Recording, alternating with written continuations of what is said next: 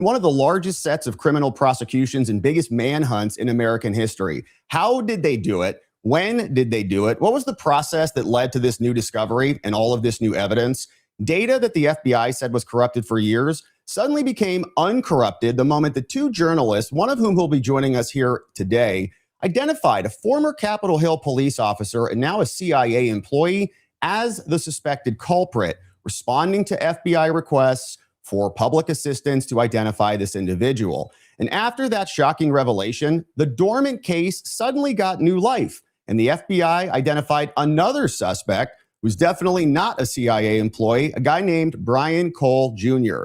He's now been charged in federal court and his case is pending. But Brian Cole Jr. and his family say he's innocent. His defense team say that they can explain and defend all of the evidence and the allegations brought against Mr. Cole, explaining that the 31-year-old autistic man did not actually confess, but was instead coerced into doing so after a very long and grueling interrogation. And his lawyers say that evidence instead points to someone else, a woman named Shawnee Kirkhoff, a former Capitol Hill police officer and now CIA employee. Now, to be clear, Ms. Kirkhoff vehemently denies any connection to the planning of these alleged pipe bombs, says she has an alibi in the form of a video recording with her boyfriend, and their dog, saying that the FBI investigated her, cleared her, and that there is, in fact, much more to support her claim of innocence in the form of other evidence, interviews, other digital data that the FBI gathered that confirms she couldn't possibly have done this. She's so adamant about it, in fact, that she's suing the journalists and their companies for making a defamation claim based on their initial reporting. But the defense lawyers for Brian Cole aren't buying it, and Ms. Kirkhoff is now firmly at the center of their defense. And as we'll see today, we've got the documents showing the defense, and the lawyers recently renewed their demand for subpoenas for Ms. Kirkhoff, her boyfriend, and her doctor, saying that only they possess evidence that they can answer about her whereabouts on January 6th, her alibi, and as they characterize it, a failed polygraph exam that she did not complete successfully that was conducted by the FBI during their initial interview. And so today, to help us unpack all of this, we have one of the journalists himself who kicked off this whole sequence of events and who's been at the forefront of the case, seeking the truth, facing consequences for this in the form of litigation. We have Mr. Steve Baker, who joins us today. Steve, welcome to the program, my friend. Great to see you. Robert, so good to see you, and thank you for having me. I just want to say this to you before we get started. It's been, gosh, I mean, I don't know how long you've been doing this, but I've obviously seen you on here for a few years now, and I've always been very thankful that you were out there, because in many instances, you were the only guy that was breaking down the cases that I was working on, the stories that we were working on, going back, January 6 cases, things of that nature. And I didn't even know who you were. Somebody links me to one of your analysis one time, and I'm like, wow, this guy's actually getting it right. Because so much of the time, the cases that I work on, the mainstream media analysts, they don't want to touch it. In fact, editorially, they are restricted from covering the cases that I largely choose to investigate and work on myself. So thank you for that. I really appreciate it. Well, thank you for saying that. We appreciate all your work. You have gone deep on these issues, and a lot of people, like you said, in the mainstream media, they just choose either not to cover it, or if they do cover it, it's very fleetingly. They just kind of talk about the surface bullet points, and people can't really understand the mechanics of what is happening behind the scenes. And these things are deep. And I think a lot of people don't really realize how long this has been going on. I mean, it's now almost 2027. And so even this one particular case has been going on for years. And then they just get the headlines, oh, they caught the pipe bomber, right? They found the guy. And they kind of close the door on it. Files closed, case is over, without realizing that it is much more detailed than a simple headline on CNN would like you to believe. And so it's really great to have you here. We have been covering your work for years. And I think that you're doing the work that a lot of other journalists used to do. I would argue that maybe historically speaking, they would actually dig into cases and try to hold the government accountable. Of course, presume that the presumption of innocence is still in effect and that the government really needs to meet its burden.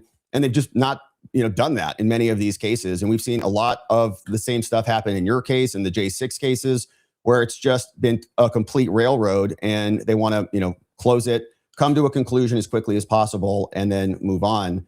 But you've been on it for years, and I wanted to ask if you could give us a, kind of a quick rundown on the timeline on how this discovery came to you and what led you to here and today. And then I want to get into the subpoenas and read through them with you, because the defense is saying there's a lot more to this thing that really needs to be unpacked, and they're trying to get the evidence for that.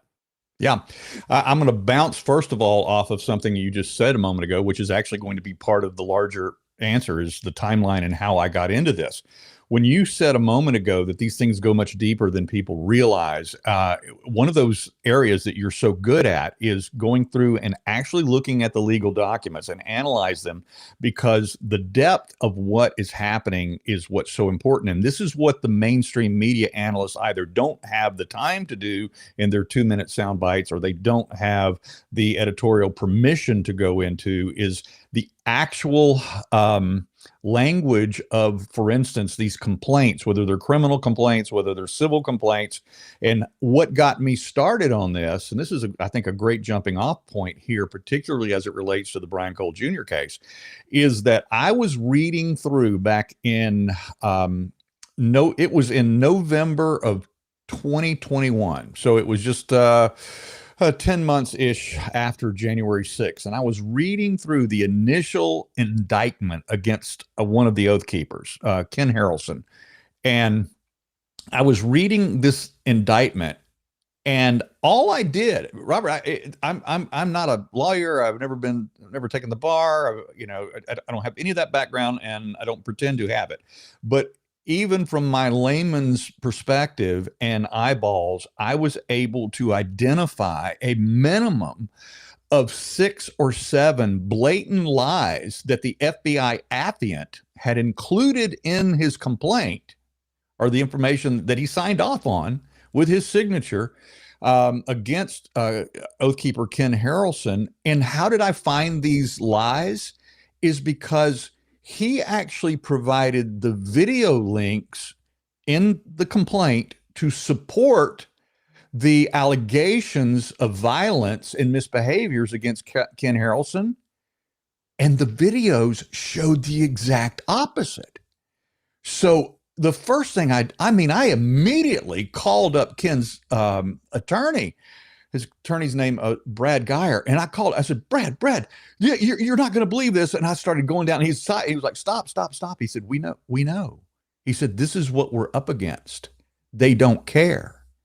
And unfortunately, what the media does, what the mainstream media, quote unquote, analysts do, and what their writers write about, is they only regurgitate the complaint itself, or the charges, and there's no analysis of that. I had to deal with that not only through that entire trial.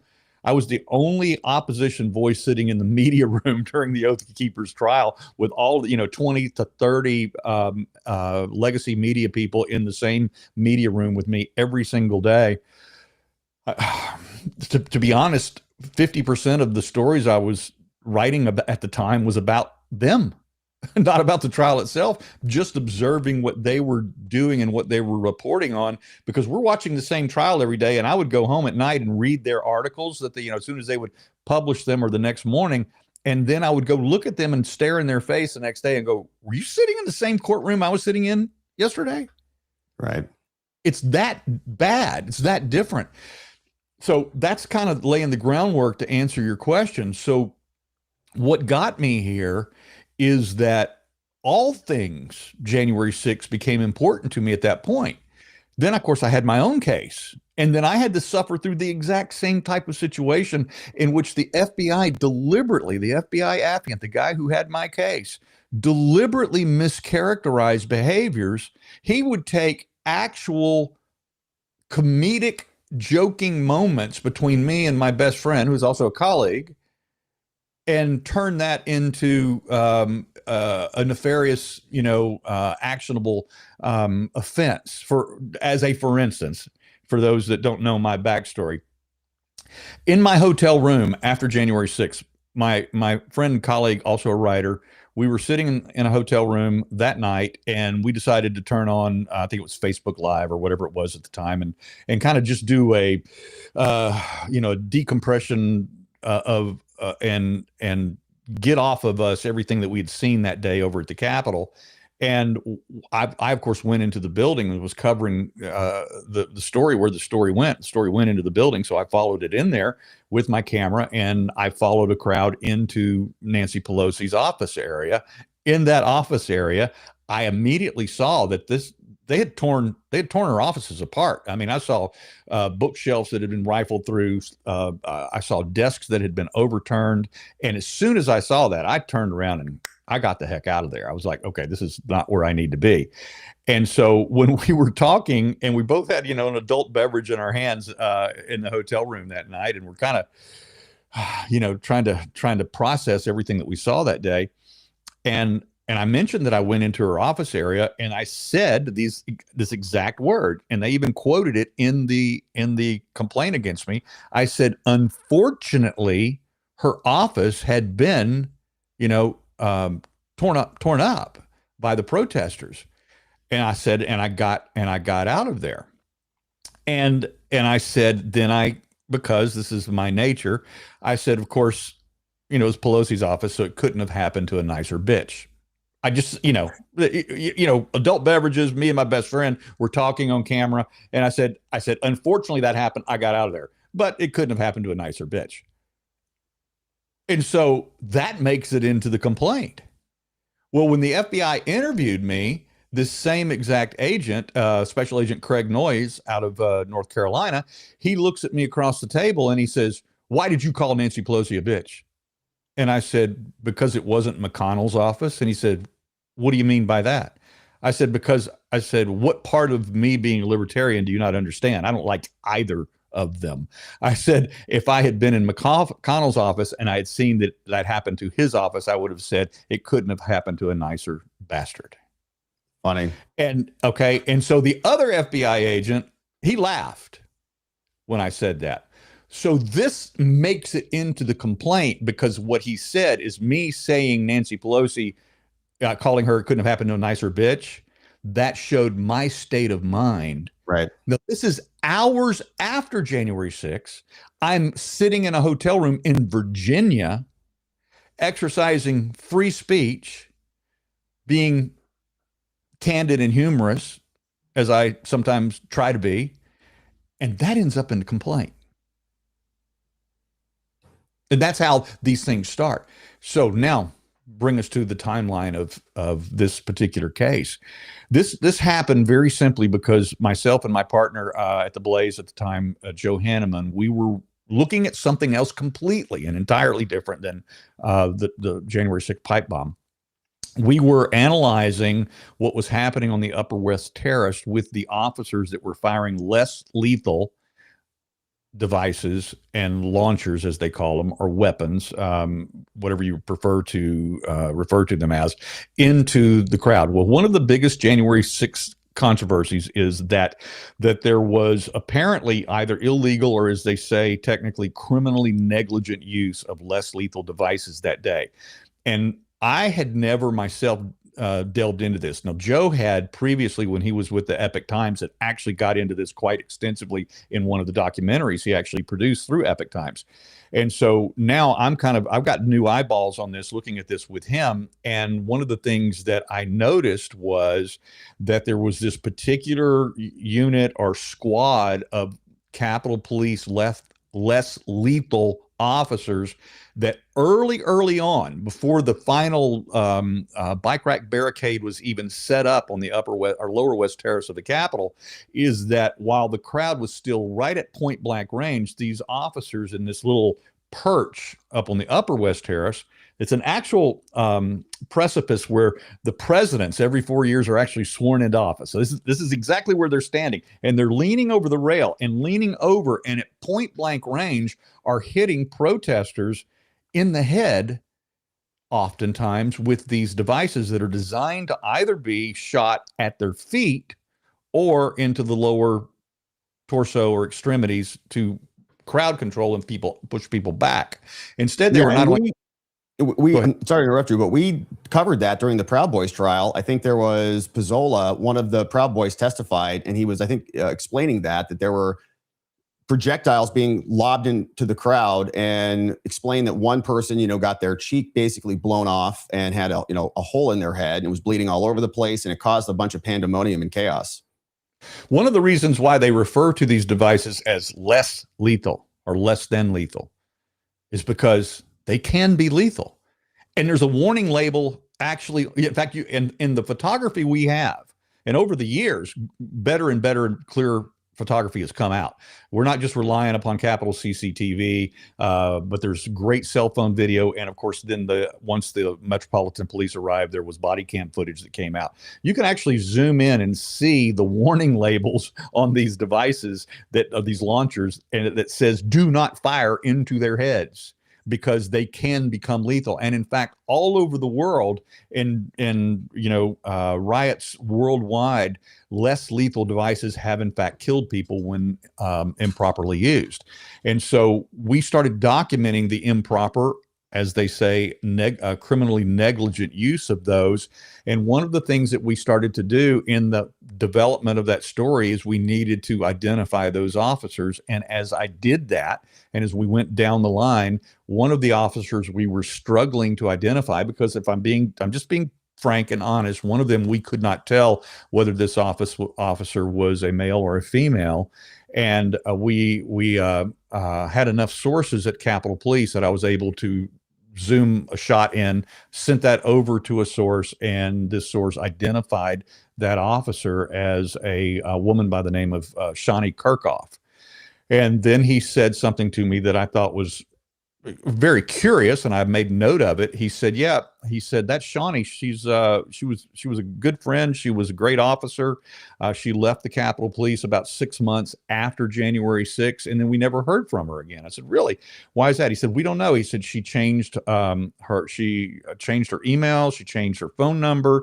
She actually wiped out all of her social media, and we just lost track of her. We heard that she went to one of the 3-letter agencies. Maybe it was DOD. I don't know." He said, "But nevertheless, we lost track of our friend, and we used to really, dig hanging out with her." And so I thought that was a curious issue that I made note of. And then when I started looking her up, I discovered in trial documents that she was the actual first person to ever testify in the very first January 6th trial in the summer of 2022, the Guy Reffitt trial. Wow. She had, at point blank range, fired into his chest legally. Now, she had actually, at this point, she was using the weapons properly, but she was firing her pepper ball launcher at point blank range into Guy Reffitt's jacket chest, and it was so thick it had no effect on him whatsoever.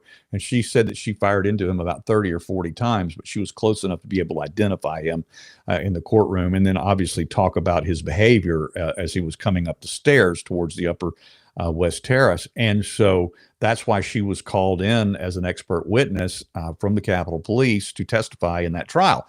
But in that trial's direct examination from the government attorney, the prosecutor, before he even was able to question her, the judge called a sidebar.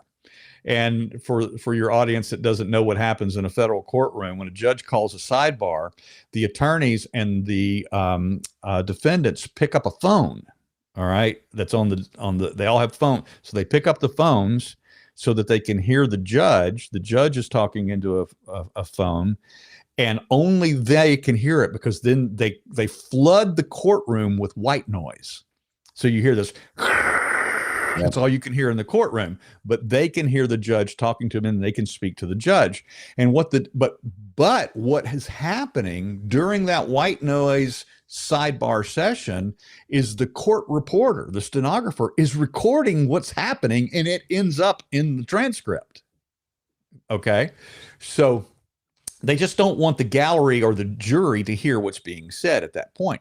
And so what the judge instructed both the defense and the prosecuting attorneys was, they said, "You understand that there's a significant amount about this witness that is under the court seal. You guys need to be careful. I'm like, I'm reading the transcript. I go, what? And so the direct examination starts. You know, the attorneys went, oh, yeah, yes, Your Honor. Yes, sir. We're fully aware of that. So the direct examination starts, and they start typically and normally. The first question is, you know, what's your name? Spell your name. You know, how it always begins. What's your current occupation? And she said, I still work for the government. But she did not say what her job was. And the attorney left it at that, left it very generic. I still work for the government. He said, so you're no longer with the Capitol Police? She said, no. He said, did you leave the Capitol Police under good circumstances? She said, oh, yes, I left under, you know, very good terms with the Capitol Police. She said, as a matter of fact, I had already filed and applied for my current position in the government before January 6th. This is in the court record. Well, my antenna, you know, my radar is just pinging in the red now at these answers. So he finishes his direct examination. It's time for cross-examination. The judge calls another sidebar in the courtroom, but it's in the transcript. And he specifically says to the defense attorney who's about to do the cross-examination, he says, and I quote, don't you go waving this defendant's 302s around the courtroom. That's her FBI interviews. Yep. Well, my radar is now just, it's completely pegged out in the red at this point. So I had to know who this person is. And that's what got me going, you know, and that's why I found what I found, and ultimately hitting the wall on exactly who she was or is, and exactly the things that I needed to know to continue and build this story. We went to the video, and we started looking at video of her, not only as a Capitol Police officer, because see, in the Capitol CCTV viewing room. All right. So you remember the first journalist to release video from Capitol CCTV was Tucker Carlson. He got first access from then Speaker of the House McCarthy at the time. This was early 23, like February 23. And in fact, Tucker's producers called me. They called me and said, what should we be looking for? Because they were starting from ground zero. Right. And I had already been looking at this stuff for a couple of years. And so where do we start? And so I gave them a couple of stories. They took one of them, and then fast forward another couple of months, and then I got access to the room. And then I was hired by the Blaze after that. And then we started bringing the Blaze team down there, and we would lock out the entire room for a week at a time. And we spent hundreds of man hours looking at Capitol CCTV. And so when I hit the wall on, because, you know, this is a person now working for the government for some 3-letter agency, completely undisclosed at this point, and all of her internet history, most of her internet history has been scrubbed. There's still, you know, echoes and ghost things out there from her social media days. If you look deep enough into the dark web and that sort of thing, you can find those things. And we did. But what ended up happening was, going to the video, we were able to discover substantial amount of video of her as a Capitol Police officer on both January 6th and January 5th. Because in the viewing room, in the archives, there's actually, they archived, and what they allowed journalists access to was from December 28th of 2020 through the midnight of January 7th, 2021. So however, 8, 9, 10 days, whatever that is how much access to actual Capitol behavior, you know, from 1,800 cameras that we had access to in that room. So we were able to capture about 2.5 hours of Ms. Kirchhoff as a Capitol Police officer. And then we discovered footage of her as a soccer player, both in her college career and She played 1 year of professional soccer after a significant college career ending injury in which she broke her tibia in half in her 4th year of college. She's an incredible athlete, incredible student. And then once she recovered, she played 1 year of semi-pro ball for a Columbus, Ohio professional soccer team. And so we captured all this video, but because I had spent an innumerable, untold number of hours tracking the gray hoodied pipe bomber, and I was very, very familiar with the gait of that pipe bomber, very unique gait once you spend enough time with it. And see, here's the thing, is it's from the 30 seconds of video that the FBI released to the public. And then they initially, I think it was a $25,000 reward and then a $100,000 reward. And finally, the $500,000 reward that they used to get hopefully to get people to call in with leads. They actually said this when they released and announced the $500,000 reward. And as I said, less than a minute's worth of video. I always say 30 seconds worth of video. This was video that was frame rate altered. Yeah. It was video that had been taken down from either 30 or 40 frame rate or 10 frames per second down to 1 frame per second, which can only do one thing, and that's obscures the gate. Right. And so when they announced the $500,000 reward and actually said this to the public, if anyone out there recognizes somebody you work with, somebody you go to church with, they even said somebody in your family who moves, acts, or walks like this person, here's the 1-800 number to call into our tip line. They specifically, the FBI says, anybody recognize the way they walk? Well, if the FBI gave a damn about the way they walk and wanted the people to actually somebody to get that $500,000 reward, which I said at the time when they released, I said they might as well make it $5 billion because they never have any intention of paying that out anyway, because what they've released to the public is deliberately tampered with so you can't identify this person. And I'm not the only one that came to that conclusion. Mike Benz did, significant amount of he was the first one, I think, that did the most analysis, forensic analysis on that video. Our video expert, Armitage, who has worked with me for over 2 years now, 2.5 years or so on this project, he immediately was able to identify that not only had they reduced the frame rate, but there's frames missing.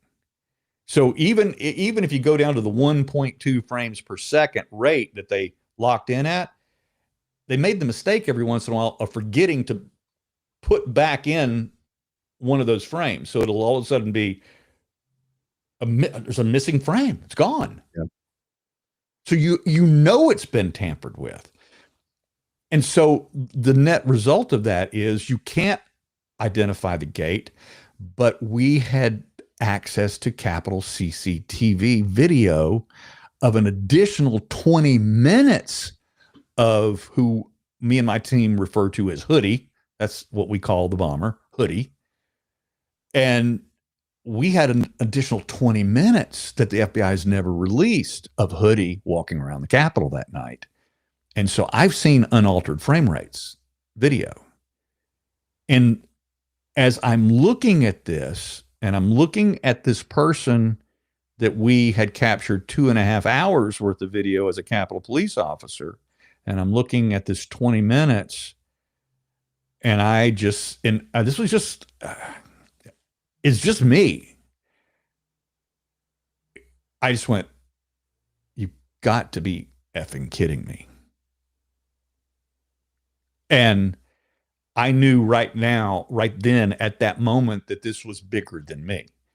And so I had to take it somewhere. So I have, because of the work I've done over the years, I have significant amount of contacts within the intelligence community. And I took it to somebody. I took it to an expert in this particular field of gate recognition technology and analysis as a special operator, 30 years, and had them do some analysis for me. And they came back with the famous story that we finally published on November 8th of last year, which was that we identified through gait recognition a 94% match between this officer and this gray hoodied person on the evening of January 5th. But the human intelligence, the actual human expert analysis, had it at a 98% match. And I still didn't go public with it. So now, because I don't trust the FBI at all, why would I look? Not only myself and my team, but other video experts outside of my team have analyzed this video and said it's altered. And the FBI is only releasing 30 seconds of frame rate altered video, aspect ratio altered video. And they're sitting on 30,000 video files, according to their own statements to the congressional committees. I know that at least 20 minutes of better video exists because I have it.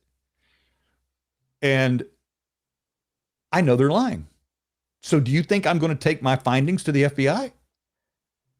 No, I took it to the agency that oversees the intelligence regime. All 18 intelligence agencies in the federal system are overseen by the Office of the Director of National Intelligence. The Director of National Intelligence, DNI, was Tulsi Gabbard at the time. I took it to ODNI, and sources that I had at ODNI that operated within her special, what they called the Directors Initiative Group, the DIG. And so I took it to the DIG to look at this, and it was through that I learned what I was suspicious of to begin with, that it was not just one of the three-letter agencies, but it was the three-letter agency, that this individual now worked for the CIA. And that's when all hell broke loose.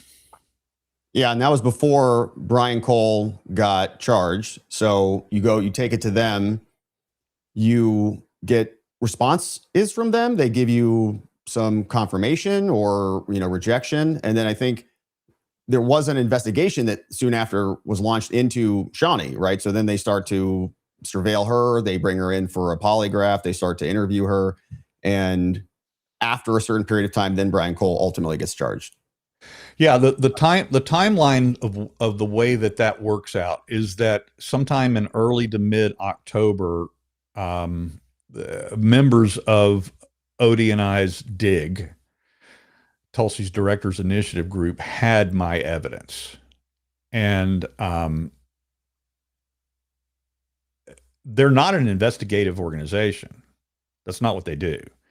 They get data, they analyze data, but they provide this is their congressional mandate. And they were formed after 9/11 because of, if anybody out there recalls, part of the breakdown that led to 9/11 was that our intelligence agencies did not communicate with one another very well. In fact, they were highly territorial and competitive, in fact, and would not share important, vital national security information between the agencies. And so ODNI was put together to stop that from happening and coordinate and be able to see all of that coming in, and provide that oversight. But they're not an investigative agency like the FBI is, or like HSI, Homeland Security Investigations. And so ODNI actually then reached out, because they're not an investigative agency. They reached out to some members of HSI, and that is another story in and of itself. But the point being is that there was a lot going on behind the scenes, and while this was taking place, there was a memo that was being drafted by members of the DIG. And this memo was essentially an alert to the intelligence community that we might have a significant problem in our own house. There's no conclusions, but of those analysts there who looked at the evidence I brought to them, they felt like that the evidence was strong enough for them to take it up the chain. So they were in the process of a draft memo, which then the deputy director, Tulsi's own deputy director, shared before the memo was even complete. The memo still had, the yellow lines through it. And before it was even completed, the deputy director of ODNI shared it with the deputy director of CIA. And then when I say all hell broke loose, that was the moment that everything exploded throughout the entire intelligence community. But then they leaked it. CIA sent it over to FBI. I don't know whether it was FBI or CIA that sent it to the White House. But the bottom line is that all of these agencies had this memo, were responding to this memo, acting on this memo, and even the White House had this memo before we even published our story, before we ever even named her as the person that had a significantly high forensic match to Hoodie, the January 5th figure. And so the timeline is very simply this, is that in advance of our story coming out, the FBI already launched, they went into high gear, launched an investigation. They notified Ms. Kirchhoff and her partner in advance, the person that she lives with, that they were going to be searching their home. And now you typically don't do that in advance. You don't warn somebody you're going to raid them. And this is what we're going to be looking for. Wink, wink, nod, nod, And so the next morning, which was, if I have my dates correct in memory, November the 7th, which was a Friday, FBI raids Ms. Kirchhoff's home. I get a call about noon or just after noon from a source at Capitol Police who said, hey, you know that Kirchhoff's home is being raided by the FBI right now? I had no idea. You're kidding me. So Blaze, our then acting editor-in-chief, works out of the DC office, and he actually drove over there and verified that, in fact, her home was in the middle of a full-on, search. Anyway, call it a raid, call it whatever you want to. But they, according to her own lawyers, they launched helicopters. They brought in a bomb squad team. They brought in dogs.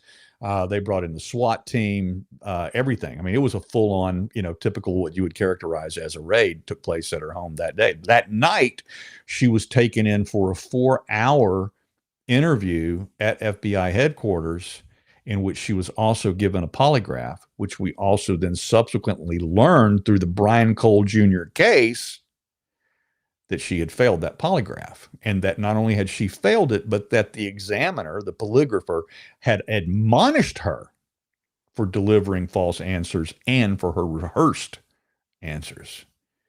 And yeah, and there was a whole blow up about that because the defense included that, I think, in the original request for the subpoenas. We have the renewed request here that we'll get to in a little bit, but they disclosed that. And then she, I think, responded, right? Part of her defense of that was that she was just under this duress and this pressure. And so it was not a reliable failure.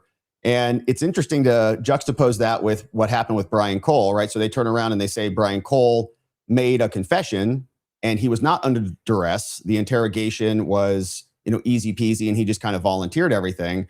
But where, the standard, I think, is a little bit misapplied. So, an interrogation for him is not a pressure test and it results in a good outcome. But then Shani will say that her interrogation in the polygraph was too much pressure and it resulted in a bad outcome. So it's kind of these standards that are not evenly applied across the board. Right. That's exactly correct. So the bottom line is that all of this took place before we even published our story. The investigation. So you had already notified them, like they know that you're on the trail. Yes. Yeah. They knew I was on the trail even before that because of other reasons. So, I'm unfortunately one of those people that they watch very closely. And as a result of that, we learned early on that they were onto what was going because of the types of calls that were coming into the Blaze at the time. I know of 5 calls specifically, that 5 calls that the executives of the Blaze notified me of coming from the 7th floor of the Hoover building. That's the FBI headquarters in DC, specifically to stop me complain about me or otherwise get me fired. And two of those calls were from Dan Bongino himself. One of those calls was from the public affairs officer, Ben Williamson. One of those calls was from then congressional liaison to the FBI, Marshall Yates. And then the final call was Kash Patel called Glenn Beck himself the Saturday before our story came out. To stop further investigation, basically to limit your work or to get you fired? To complain about what I was doing, right? To complain about what I was working on. And interestingly enough, is that during that same time frame or shortly thereafter, I don't remember the exact date of the call, although I can look at my phone records and figure it out. I received a call from a senior investigative reporter at the New York Times, a guy that's been with them for over 25 years, who I know personally. And he called me and he said, Steve, has the FBI been calling your bosses and complaining about you or trying to get you fired? And I went, yeah, as a matter of fact, they have. How do you know that? He goes, well, you're not the only one that's happening to. I said, what do you mean? He goes, it looks like other right-leaning publications and news media sources are getting the same types of calls if any of their reporters start looking too closely at certain things or go off the reservation from the administration's preferred narrative. Robert, that sounds exactly like what happens on the left from left-wing administrations. Yeah, that's troubling. I mean, if the case stands on its own 2 feet and you're reporting something, differently, then that seems to me to be just part of the, adversarial system. Like, they're charging a Brian Cole.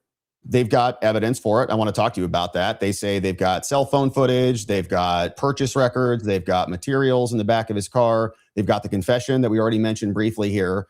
And if that is sufficient, then that should stand on its own 2 feet. But he also is entitled to the presumption of innocence. And if there's an alternative theory here that carries more weight, you would imagine that they would investigate that as well, unless, I can think of 2 reasons for that. One is that they're covering up for the CIA and the FBI, and they don't want the Capitol Hill police to be implicated in this gigantic scandal, which ultimately, as we can get into, deviated a huge swath of officers from the Capitol building on January 6th, and then, helped enable, I think, the chaos that went on there because they were all pulled away to the DNC and the RNC. So if they're implicated in that, and J6 was, as we've long suspected, a Fed surrection, based on all of the HSI agents that were there, the FBI agents that were there in plain clothes, DOJ officials. We had guys like Ray Epps who were out there, saying into the Capitol. And then he got a sweetheart plea deal, was allowed to plead guilty to like a misdemeanor virtually from Arizona or wherever he was.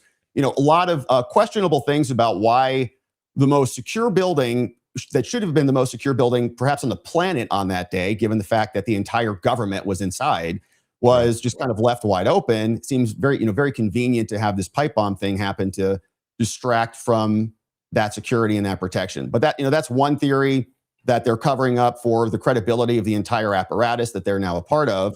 But I could also come up with a benign reason. It's they wanted to deliver a victory. Maybe Dan doesn't know any better. Maybe Kash doesn't know any better. They just need a big score. They need to come out. We got the guy, right? Chris Wray failed. The prior FBI looked into this thing for 4 years. They couldn't figure it out. But look at us. We've come in here and now we've identified Brian Cole. And so, eureka, we've closed this case now. And so it's a major victory. And so they just want to anchor that in, and they don't want deviation on the right that might challenge that accomplishment. Let me give you another really interesting part of this timeline that I've never actually discussed publicly, but I think this it's a good time to point this out. Is that we talked about the $500,000 reward in the accompanying video that came with that. 1 month-ish, within a week, give or take, of our story coming out on November 8th about the person that we think is a forensic match to the pipe bomber.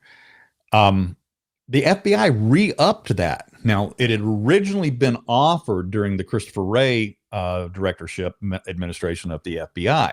Now, at this point, we've been under the Kash Patel, Dan Bongino administration for 8-9 months at this point, and it gets re-upped again. Now, by the way, I happen to have 3 different sources that were inside the meeting in a congressional office where the suggestion was made to the FBI in that meeting, you guys really ought to re-up that thing, because they were at a dead end. The Kash Patel administration, the Dan Bongino top 3 priority pipe bomber situation, they had nothing. So it was actually former Chief Stephen Sund, who was in this meeting, who suggested you guys need to re-up this award or reward. And they're like, really, why do you think that is? He said, because the country's forgotten about it. It's old news. Sure enough, a week later, after this meeting, there's a fresh new 7.5 minute video. They add a few more seconds of the pipe bomber into this dissertation, and it's a 7.5 minute plea for leads to the public yet again, with the 800 number and all of that. So this comes out a month before our story does. That means that the FBI still hasn't a clue. Or they do know, and they have no intention of doing anything with it anyway. But at the recommendation of former Chief Police Sund in this meeting that was being led by a briefing by a Hoover 7th floor person, I have 3 sources that have confirmed the contents of that meeting, that suggestion was made. They take the suggestion. $500,000 reward is re-upped. This happens, and I think this is coincidentally. I don't believe that this is anything other than a coincidence. At the same time, now I'm looking at a particular character. 1 month later, our story comes out. There's no way that unless a great lead came in from this new upping of the $500,000 reward, that they knew to put surveillance on Brian Cole Jr.'s home 5 days after our story came out. Our story came out on November 8th.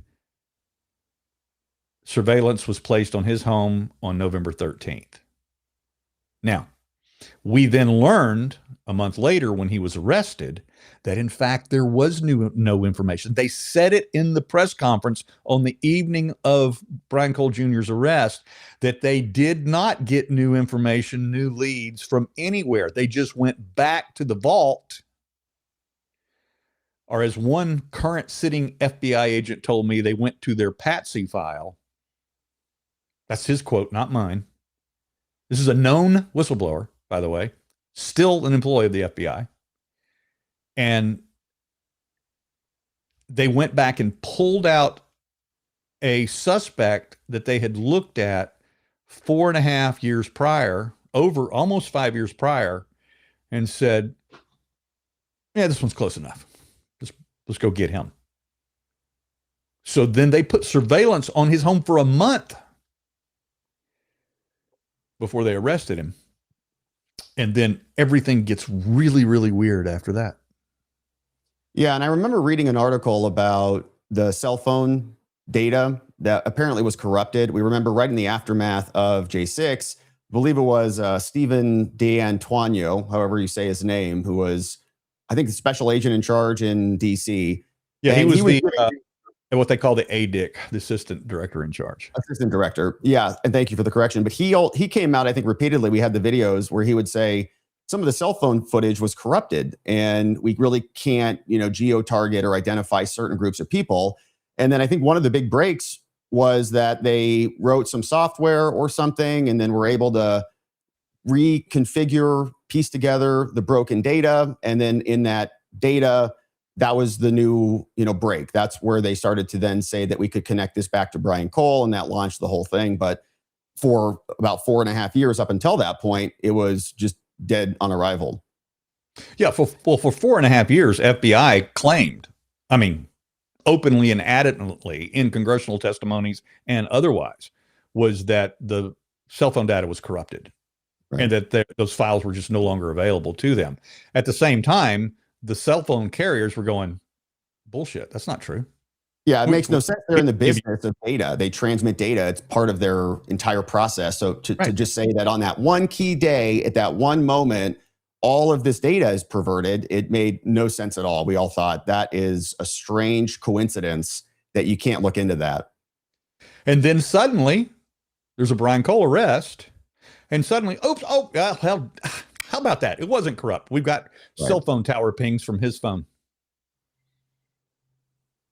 That magically, perfect timing. Yeah, and it happened pretty quickly, and nobody got paid their reward, so they just look back into their own evidence, and suddenly they pull a rabbit out of the hat. I mean, that's exactly what happened. So, and we don't have to do this, in a strict timeline. We'll get to the court cases however you want to and as quickly as you want to, but just to kind of lead us up to Brian Cole's arrest. So they put surveillance on him for a solid month before they make the arrest. All right. So this is a kid who is high functioning, very intelligent, bright, autistic young man.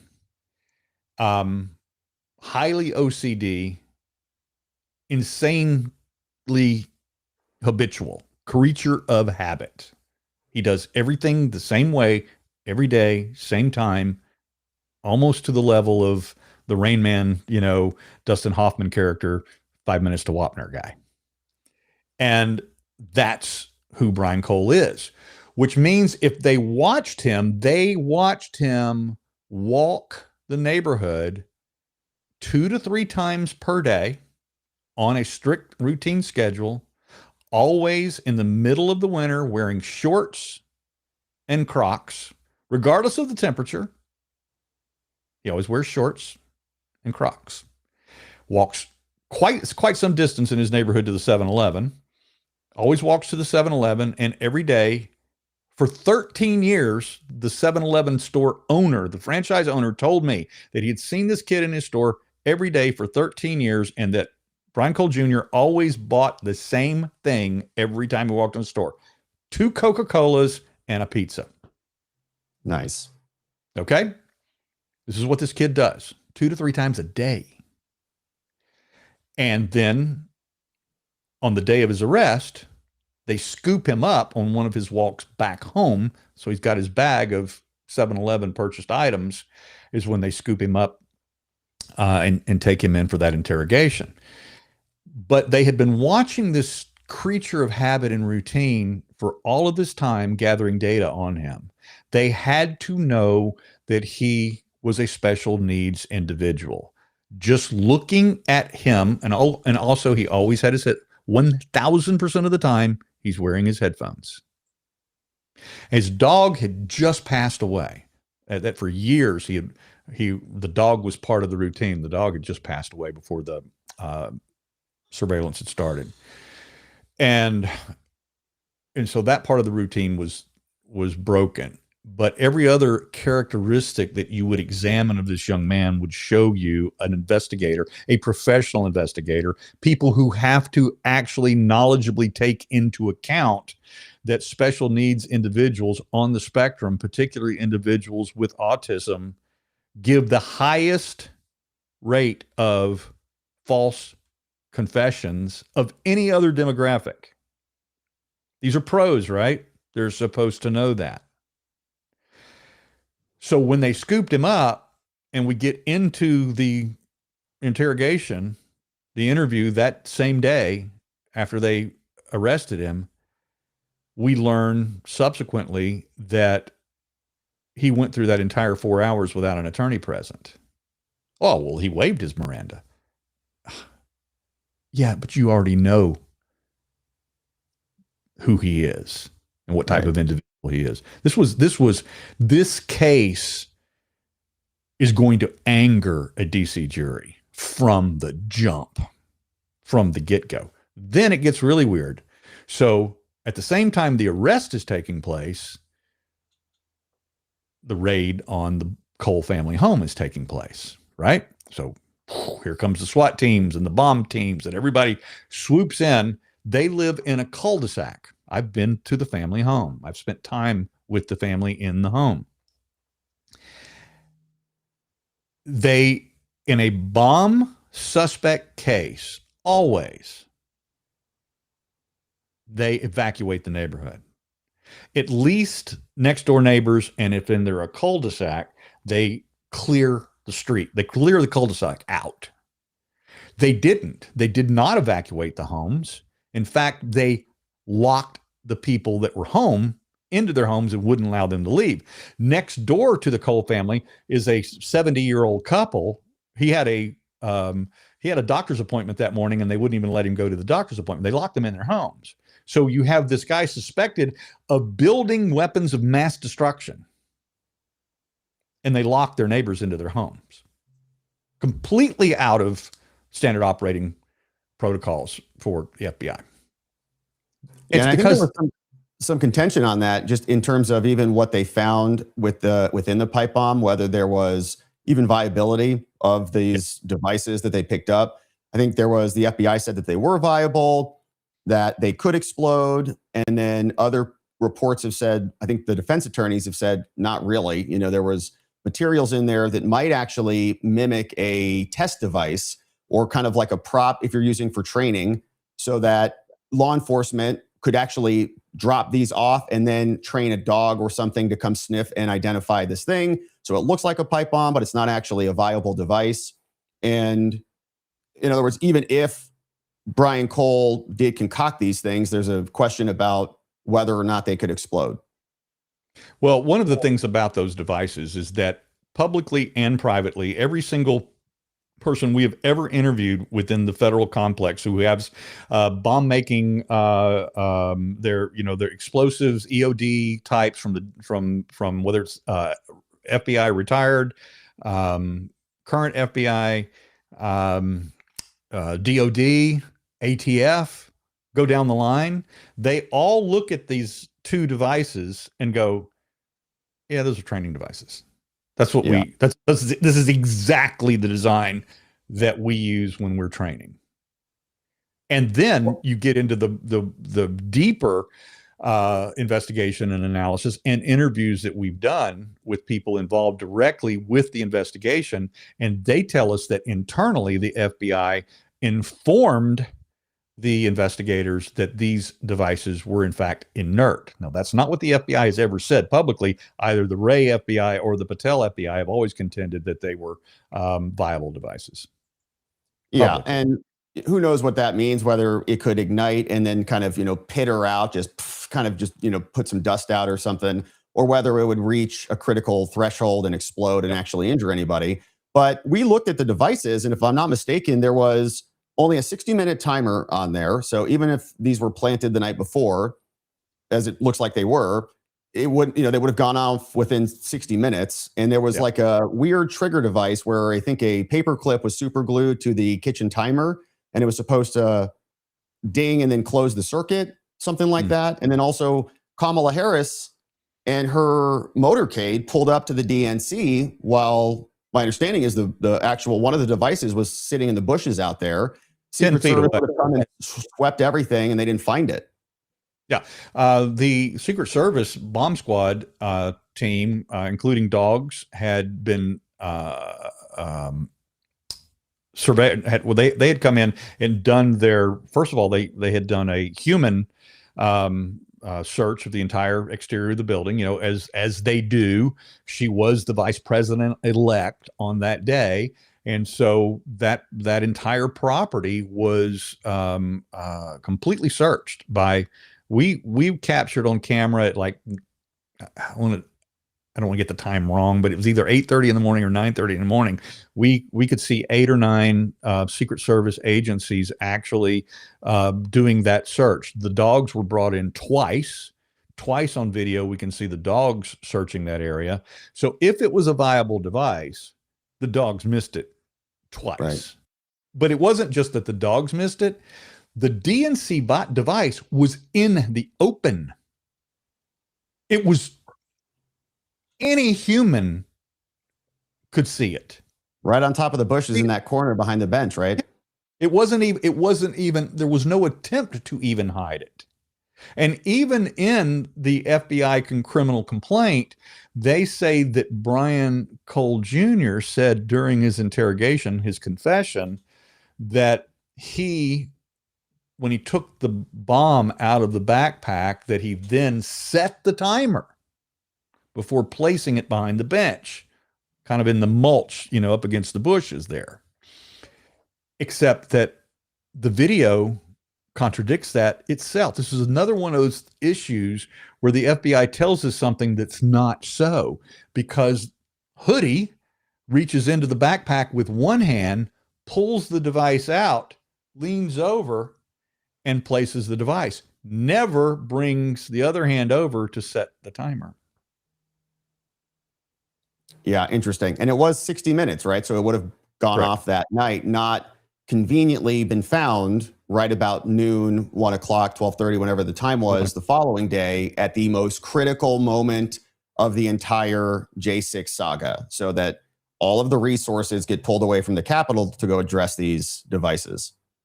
Yeah, this is one, the coincidences of timing are too large to dismiss as accidental. The laws of probability don't allow for this. The first device was discovered at roughly 12:35, 12:40 over at the RNC. It was actually behind the Capitol Hill Club, which is next door to the RNC. It was found next to a trash can, and it was in between a trash can and a rat trap, right up against a fence gate. And this was found by a lady by the name of Carlin Younger. She immediately ran over to the guard shack that is behind the RNC, notified the guard. I've actually interviewed that guard myself. And then in addition to that, immediately the police, or the security inside the RNC, were notified, then police were notified. And so roughly sometime between 12:40 and 1 o'clock, the alarm went off on Capitol Police radio that they had a suspicious device at the RNC, and they had to divert already severely limited resources from the defense of the Capitol. This was just before the breach. Now look at the timing. 12:35 to 12:40. When's the first breach take place? The famous Ray Epps breach, where Ray Epps leans over, whispers in Ryan Samsel's ear. 2 seconds later, Samsel spins around to the gate and rushes the bike rack, knocks it over, and Officer Carolyn Edwards. First blood was Carolyn Edwards concussing against the concrete steps when Ryan Samsel knocked her over. Okay? That was the ignition point for the day, for the violence of the day. And what took place, as I said, was the coincidence of the timing. The bomb is discovered. Less than 10 minutes later, the first breach happens. The second bomb is discovered now, allegedly discovered because it's off camera. We can't see it at 1:05, so 5 minutes after. Well, what's important about this timeline right there? There's two important things that are taking place at this timeline. The first thing is that 1 o'clock was the exact moment that the gavel drops in the joint session of Congress, when Vice President Pence calls that session into order in order to begin the debate and the confirmation of the Electoral College vote.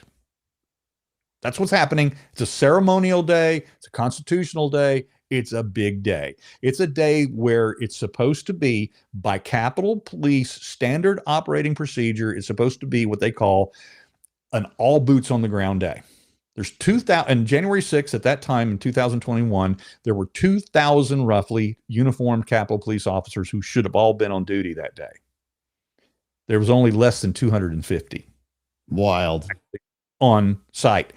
And then you have the diversionary devices are discovered minutes either side of 1 o'clock by coincidence. They sat there for 17 hours. Now, at the RNC or Capitol Hill Club, that device could have gone 17 hours without being seen. There's no possible way that the DNC device was not seen. We believe that that device did not show up until it was discovered, that it had been moved. That's another story. Yeah, Long and there was a story. lot of back and forth on that in terms of resources. Obviously, Trump wrote a letter to Muriel Bowser or made a suggestion to deploy the National Guard out. She responded to him and said, absolutely not. There was a whole media frenzy about that, saying if Trump is able to help secure the premises, then that will lead to him stealing the government, like a takeover by, the incoming dictator. So they rejected a lot of the additional support. And then we've also got on the other end, we've got the Capitol Hill chief of police, former now, Stephen Sund, who wrote about it in his book, where he explained that he was calling and calling and calling. And he put together this graph on this chart on X at one point where he just went through the time, this time, this time, this time, this time, this time. I was making requests over to the Senate and the House Sergeant at Arms so that they could help get approval to get additional resources here. And he was just ignored. Essentially, he was, declined on the phone call one after another while this all was escalating. So it's like they did not explicitly approve these additional resources because maybe they wanted this to happen as an exit plan for the president to lead to the second impeachment, to prevent any actual debate on the House floor or the Senate floor about the rigging of the election, and enabled this whole thing to go down. Well, former Chief Sund's timelines have all been corroborated. I know that there was a lot of skepticism and even some naysayers from the mainstream media about his own version of events and how they went down. But these are very tightly controlled records. I mean, we're talking about phone records, we're talking about logs, we're talking about conversations that happen at the highest levels of government, which are all tracked and all logged, and they've all been corroborated, even by Nancy Pelosi's original January 6th select committee. So these are all indisputable. And one of the things that Stephen Sund said was that these devices were, in fact, the only logical reason that they were discovered minutes either side of 1 o'clock was that they were diversions from an already severely depleted force at the Capitol. Now, there was another thing that was taking place at 1 o'clock that's also of equal, if not greater significance, and that is this, is the president had screwed up the timelines of the day already. Now, I know a lot of people don't know this, but the president was not originally scheduled to speak or participate on January 6th. The organizers of the rally, which had already been permitted, the permits had already been applied for and issued for January 6th before his announcement to speak. He announced on December 19th, remember, famous announcement, come join us in DC. It's going to be wild. Yeah, that phrase has been used against him. Well, those permits and the rallies had already been scheduled. In fact, there were over 80, Robert, over 80 First Amendment protest events had been secured and approved for all variety of groups, protest organizations, events, rallies, marches for the days of January 5th and January 6th. Over 80 permits.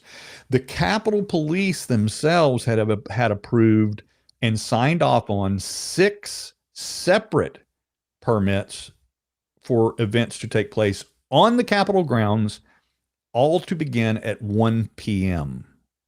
1 p.m. There's that magical 1 p.m. The president screwed up the timeline because he was supposed to take the stage at the Ellipse at 11 a.m. He did not even walk onto the stage until 11:57. So he's an hour late. And he was supposed to have been finished by noon. Then that, by all of the rally and permit organizers or protest organizers, there was going to be then the march from the Ellipse and the Washington Monument lawn to take place, a march from there to the Capitol, an hour in between, and then those other events were supposed to take place. At some of those events, one in particular, even members of Congress were scheduled to speak on stages with PA systems on the Capitol lawn. This is all in the public record. And, well, the president didn't take the stage till an hour late, and then he didn't leave the stage till 1:16. So now everything is all screwed up. So the timing of the discovery of the bombs is That's screwed up. They don't know the provocateurs who are supposed to make this breach at 1 p.m. or thereabouts. They're like, I don't know. So you get the first bomb discovered. Damn it, the president's still on the stage. Ray Epps leans over and whispers in Samsel's ear. He breaches it at 12:52, 12:53. Boom, they're up on the lower West Terrace at, just before 1 o'clock. And before the president even leaves the stage, Capitol Police commander panics. There's no violence, severe violence. There's some pushing and shoving going on. But a Capitol Police commander panics and orders the launch of less lethals on the crowd. And now people are angry, they're mad, and the fighting really begins at that point. Yeah, because there's Capitol officers who were up on the terrace who were shooting down into the crowd, essentially, is basically what we heard in the Proud Boys trial. Is that correct? Yeah. Yeah, and I think there's also footage, right, of Shawnee Kirkhoff herself, who was there on the day with what looks like a less than lethal, looks like a paintball gun, yeah, who's actually up there on the terrace doing that, presumably. Yeah, we've released footage. We did a story about that. That's why I said this. We were working a story up on the use of the criminally negligent use of less lethal devices on the crowd that day when I discovered the other thing, as we previously discussed. All right. Yeah, that's interesting. So, yeah, I do have these subpoenas queued up. I think maybe it might make sense. We've already talked about some of the evidence that the government is alleging against Brian Cole. So we talked about the confession. I think, confessions are coerced and made under duress all the time. Yeah. You have, a lot of case law and experience with that, across the legal system. That's not an anomaly. Then you add in the fact that he's, autistic. He's somebody that seemingly has OCD.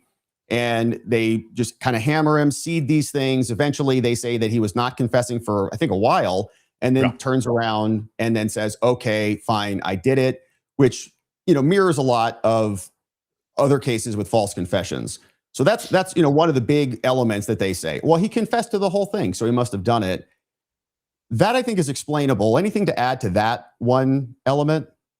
Well, there's the problem is that there's items in the confession itself that the FBI themselves have published that aren't backed up by the actual real evidence on the ground. I already discussed one of them. According to the FBI, he confessed to setting the timer as he placed the device at the DNC. Well, the hooded bomber did not do that. So therefore, Brian Cole Jr. did not do that. The second thing that doesn't work is that, according to his confession, is that he confesses to the FBI that he planned his route around the RNC and the DNC specifically, very specifically says that he used Google Maps to schedule and plan his route that day. All right. Well, there's two things that you cannot see on Google Maps, even from satellite view. You cannot see where the Capitol Police cameras are. Therefore, you don't know where the blind spots are. Therefore, you don't know where to park your car in a blind spot, then suddenly appear at 7:34 p.m. on the street carrying a single device, go to the DNC, plant it, go back to your car at the blind spot, and either go to your car or to your accomplice sitting in a car with the second device, reload your backpack, and then traverse over to the DNC, plant that device, and then exit from the Rumsey Court alleyway behind the RNC through a hidden gate. A hidden gate's not on Google Maps. You cannot see it from satellite view or street cam view or any other view. It does not exist on the map. So there's nothing on Google Maps that says, okay, these are Capitol Police CCTV blind spots.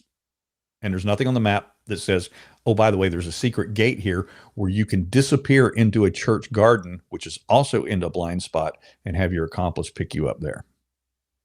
Yeah, it was interesting how they couldn't pick the person up and then lost the person on the way out. And when we were watching the videos, it definitely looked like this person had a mission, like they were walking around with some intention. There were some moments in the videos where they would stop, kind of check their phone, walk one way, check the phone, go back the other way.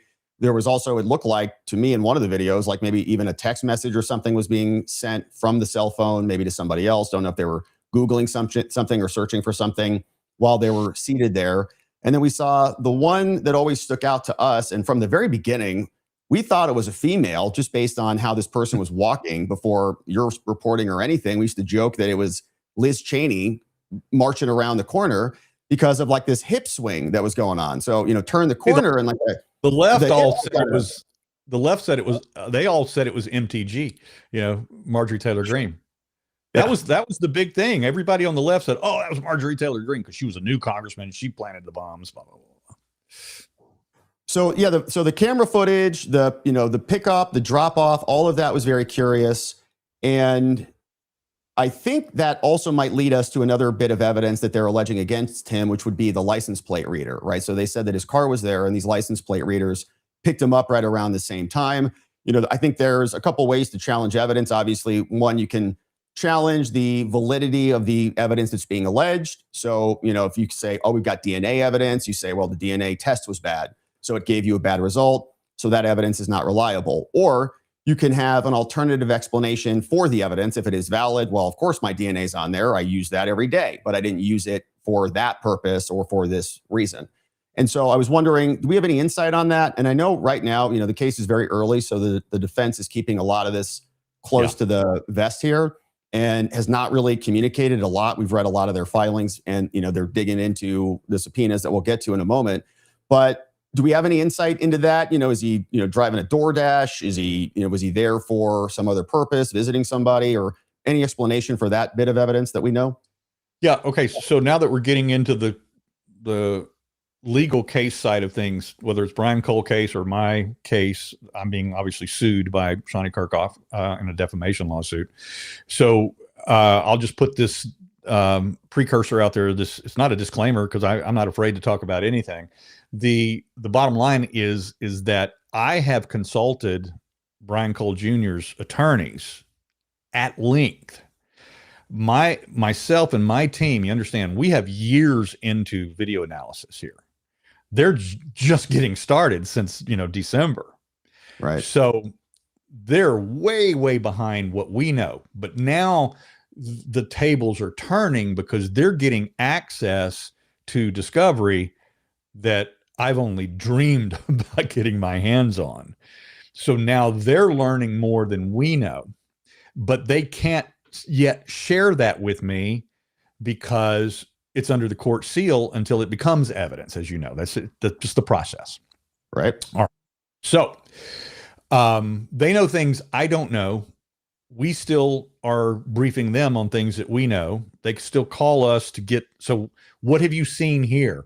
And it's interesting. They'll call me and say, so what did you see at this time or this place on this corner or whatever on this camera? What have you guys seen in this time frame?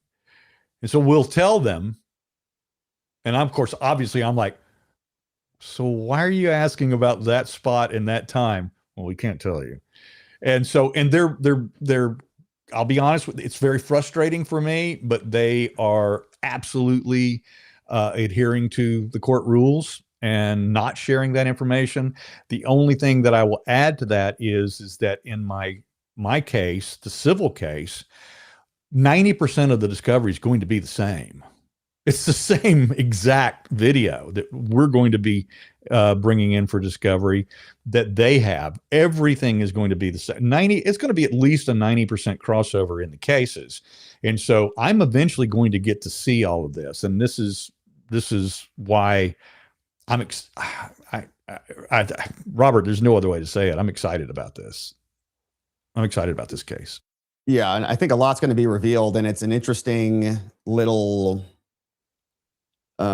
litigation problem maybe for both sides. The fact that you're now being sued civilly by Shawnee Kirkhoff, and the conversation, the litigation about that is going to reveal facts and evidence, presumably, that you wouldn't ordinarily be able to get out or even really discuss outside of the criminal case, Right. because of the seal and the lockdown. So you've got these kind of two competing cases here and two different standards. One's criminal, one's civil. And, you've now got a right to defend yourself against these allegations. Brian Cole Jr. does, obviously, as well. But we may learn something in the one civil case that might be helpful in the criminal case and vice versa. I was sitting in the courtroom in the last hearing on the Brian Cole Jr. case. This was the hearing about a month ago where they actually set the date for the trial. In fact, that was the only big news that came out of that hearing, was that there was an agreed upon trial date, which will take place in begin in mid-February, 27. So, but in the last 15 minutes of that hearing, the judge very calmly, nonchalantly, matter-of-factly, in a very reserved and accepting sort of way, said he discussed the fact that, we have a parallel case happening in the civil realm at the same time we're doing this criminal thing. And it's already created some problems for us, is because in the other case, they're releasing information into the public domain that I would have never allowed to be released, that would have been under the court seal. And he said, and he was just he was extremely calm about it. He wasn't angry. He just said, this, it is what it is, and we're going to have to deal with it and take it as it comes, not knowing that the subject of the other case is sitting in his courtroom at the time. Yeah. And it's going to be curious because she's got to make certain allegations, and in those allegations, she's got to reveal some evidence to substantiate her allegations. And that will be new areas for you to key off on, and for the defense then to say, we actually, have information that's different than that. And so I can see why he is frustrated with that. But okay, so we're going to come back to Shawnee and to her boyfriend. I don't know if they're still together, and her doctor, because we've got 3 subpoenas I wanted to get to and share.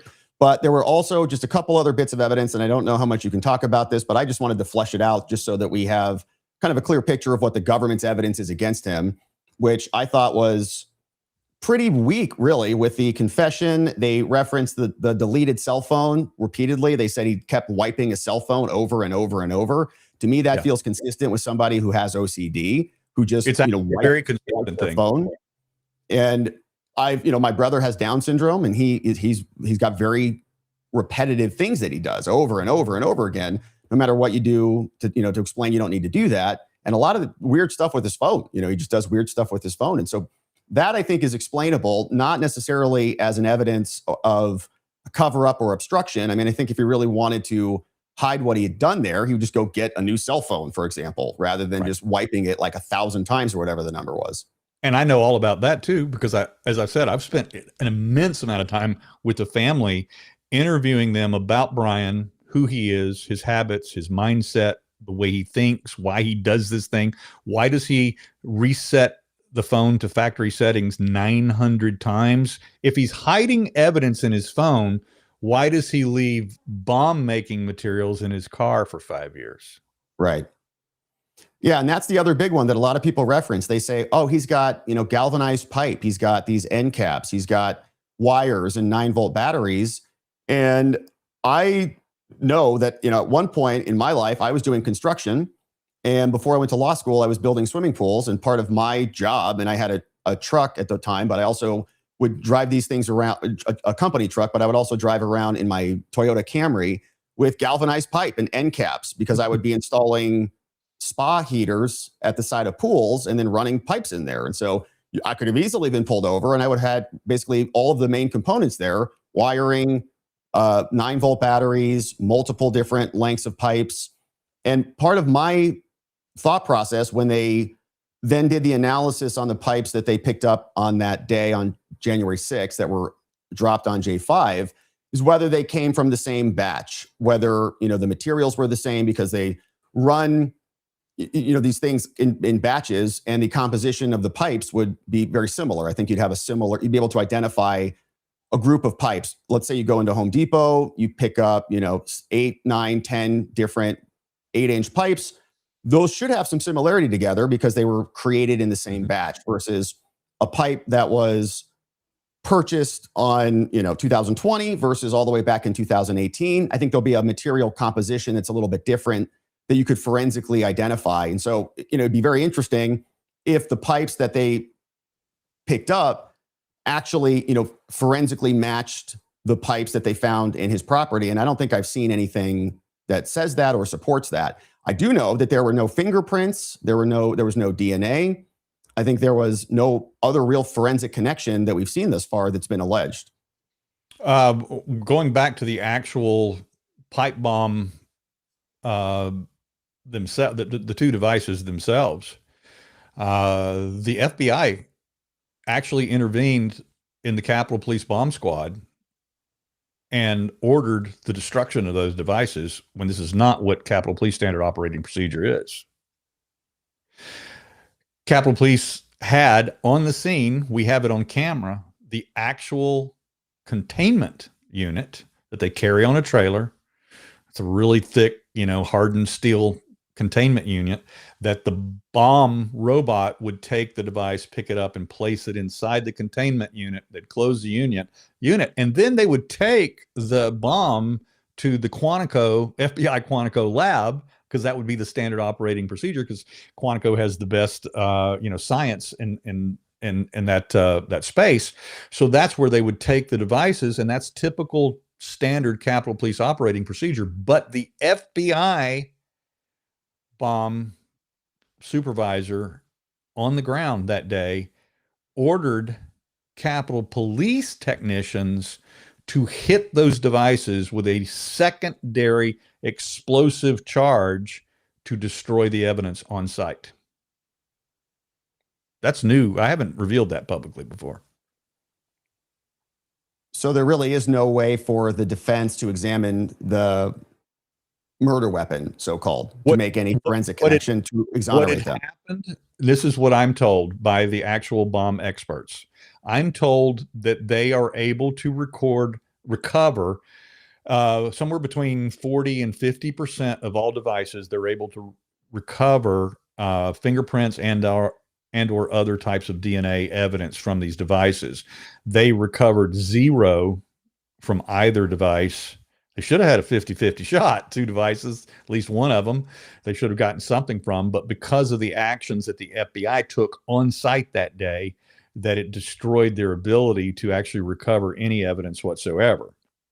And what they also did is they lost in one of the devices, there was no more explosive powder or chemical compound remaining after the intervention that the FBI command ordered on site that day. That was destroyed. They did find some explosive material in one of the other devices still remained, but they do not have any. They have it's impossible because of what they hit these devices with. It's an actual explosive water cannon. Imagine a shotgun shell that has water in it, which then hits it at such a high rate of speed, it interrupts all the circuitry and interrupts the ability of the device to actually detonate.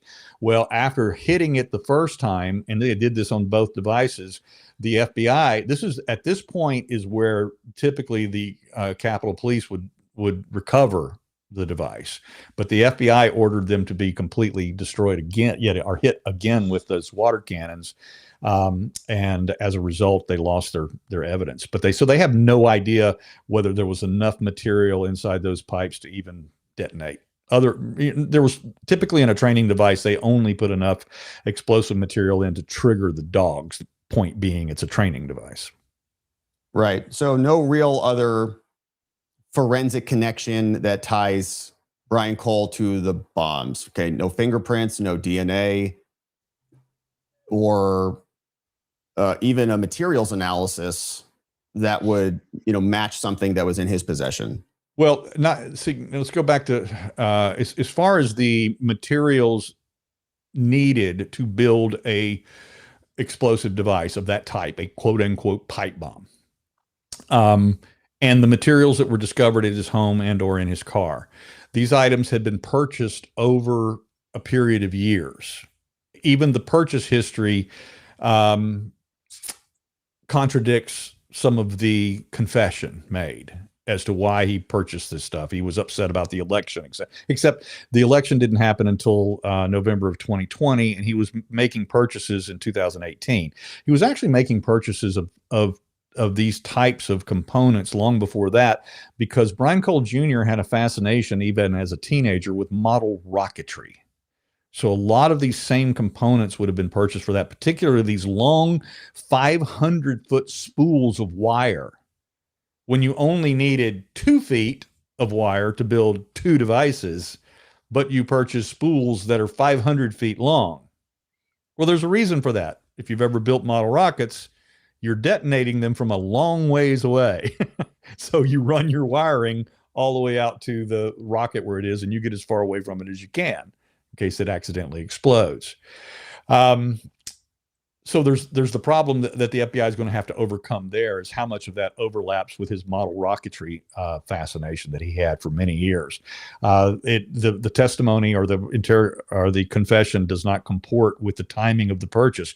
Also, the problem that they have in the purchase of some of these components, and this is the big one, is that some of the absolutely necessary components to make it a bomb were not purchased until after January 6th, according to his purchase records. The next big problem that they're going to have is that the FBI claims that these materials were purchased with a total of 6 different credit cards. But Brian Cole Jr. has only ever had 3 cards in his life. He has his bank account card, he has a separate bank credit card, and then he has a Best Buy Visa. Those are the only 3 cards that he's ever owned, ever possessed in his entire life. And yet these purchase records are shown to have been made over 6 different cards. I'll be very interested to hear how they're going to explain that. Additionally, I'm wondering if they're just going to say that it's family, and I think I heard you on another interview, maybe with Viva, talking about, like a hat that he doesn't wear and, certain things that he doesn't own. Do you think the government will just say, well, he pulled that from his family member, pulled that from his dad, got mom's credit card? Okay. Do we know whether the credit cards are, family members, or are these kind of other unnamed individuals or items? We don't know yet. And to be honest with you, and this is again another one of those, it's not a disclaimer. Everything, I'm not afraid to speak on anything. Sure. There are a few things that the attorneys have asked me not to disclose that I know, not that I've learned from them, but I've done, like I said, I've been working on this for over 4 years. And there are still things that I know that I have disclosed to them that they've said, please sit on that, because we need it to develop the case. And then, so in regards to some of those type of technical evidentiary issues, I have to be really careful about what I know and what I can disclose and what I can't disclose.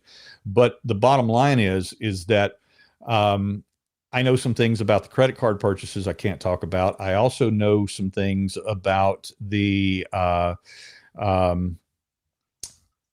his medical condition that I've not been hesitant to talk about. And one of those things related to his OCD spectrum issues is that, as a creature of habit, there's also things that he doesn't like to feel, right?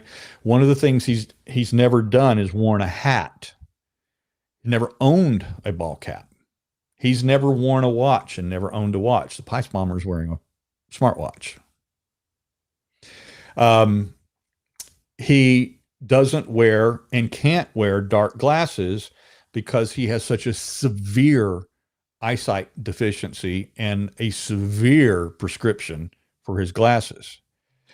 And yet we know that the FBI believes that the pipe bomber was wearing dark sunglasses. Why do we know this? Because in their seizure list, which I have a copy of, it's an inventory list of everything they seized from the home. They seized dark sunglasses. You don't take dark sunglasses unless you believe they're, germane to the evidence.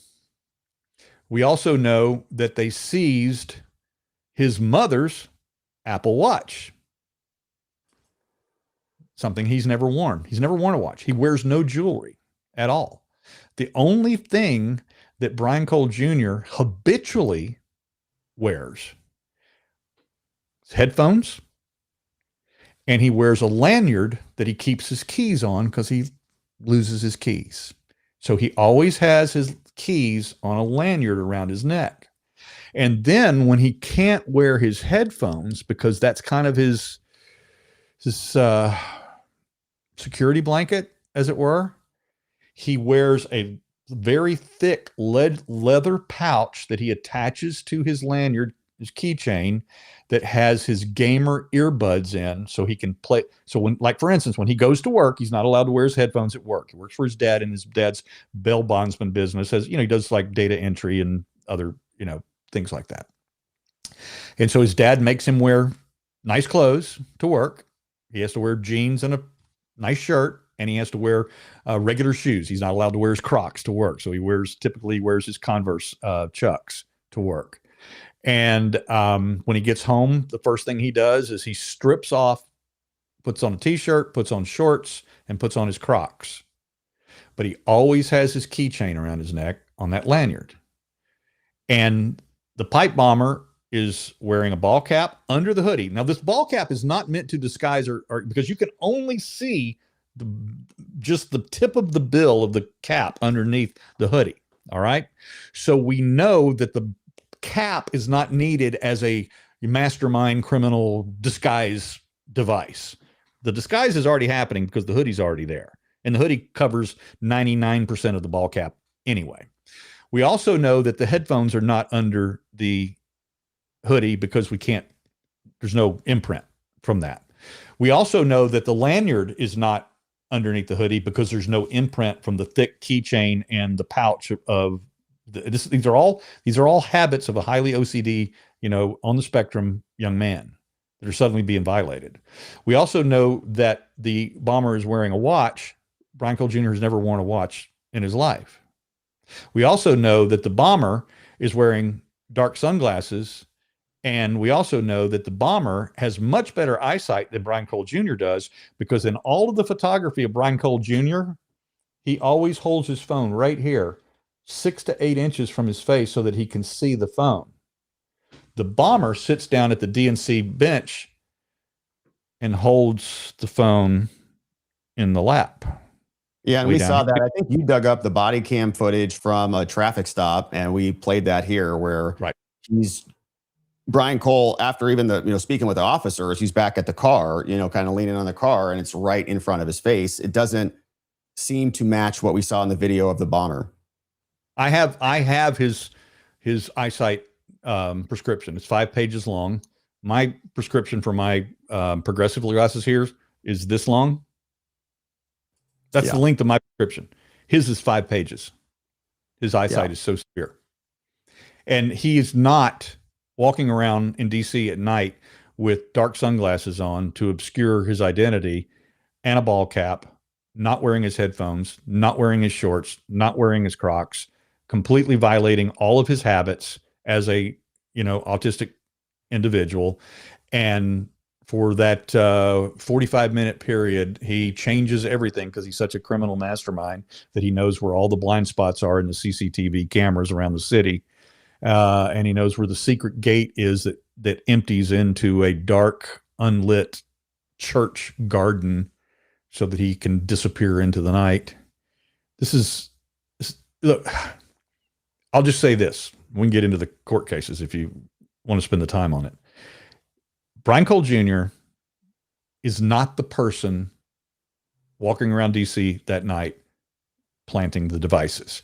If you want to make the argument that he somehow was groomed and delivered the devices to the individual that actually planted them, and that's why his car was in the area, I'll go there. I'll go down that path with you. All right. If you want to make the argument that was what he was, that's why he had the bomb making components. But then you're going to have to accept, and you're going to have to argue that he was in a conspiracy with somebody who really knew what was going on, like somebody in law enforcement or somebody in the intelligence community, somebody in government that would know where the blind spots were in the cameras and told him where to park the car so his car couldn't be seen. you're going to have to make that argument that he had assistance from a government source in order to pull this off and to remain undiscovered for 5 years.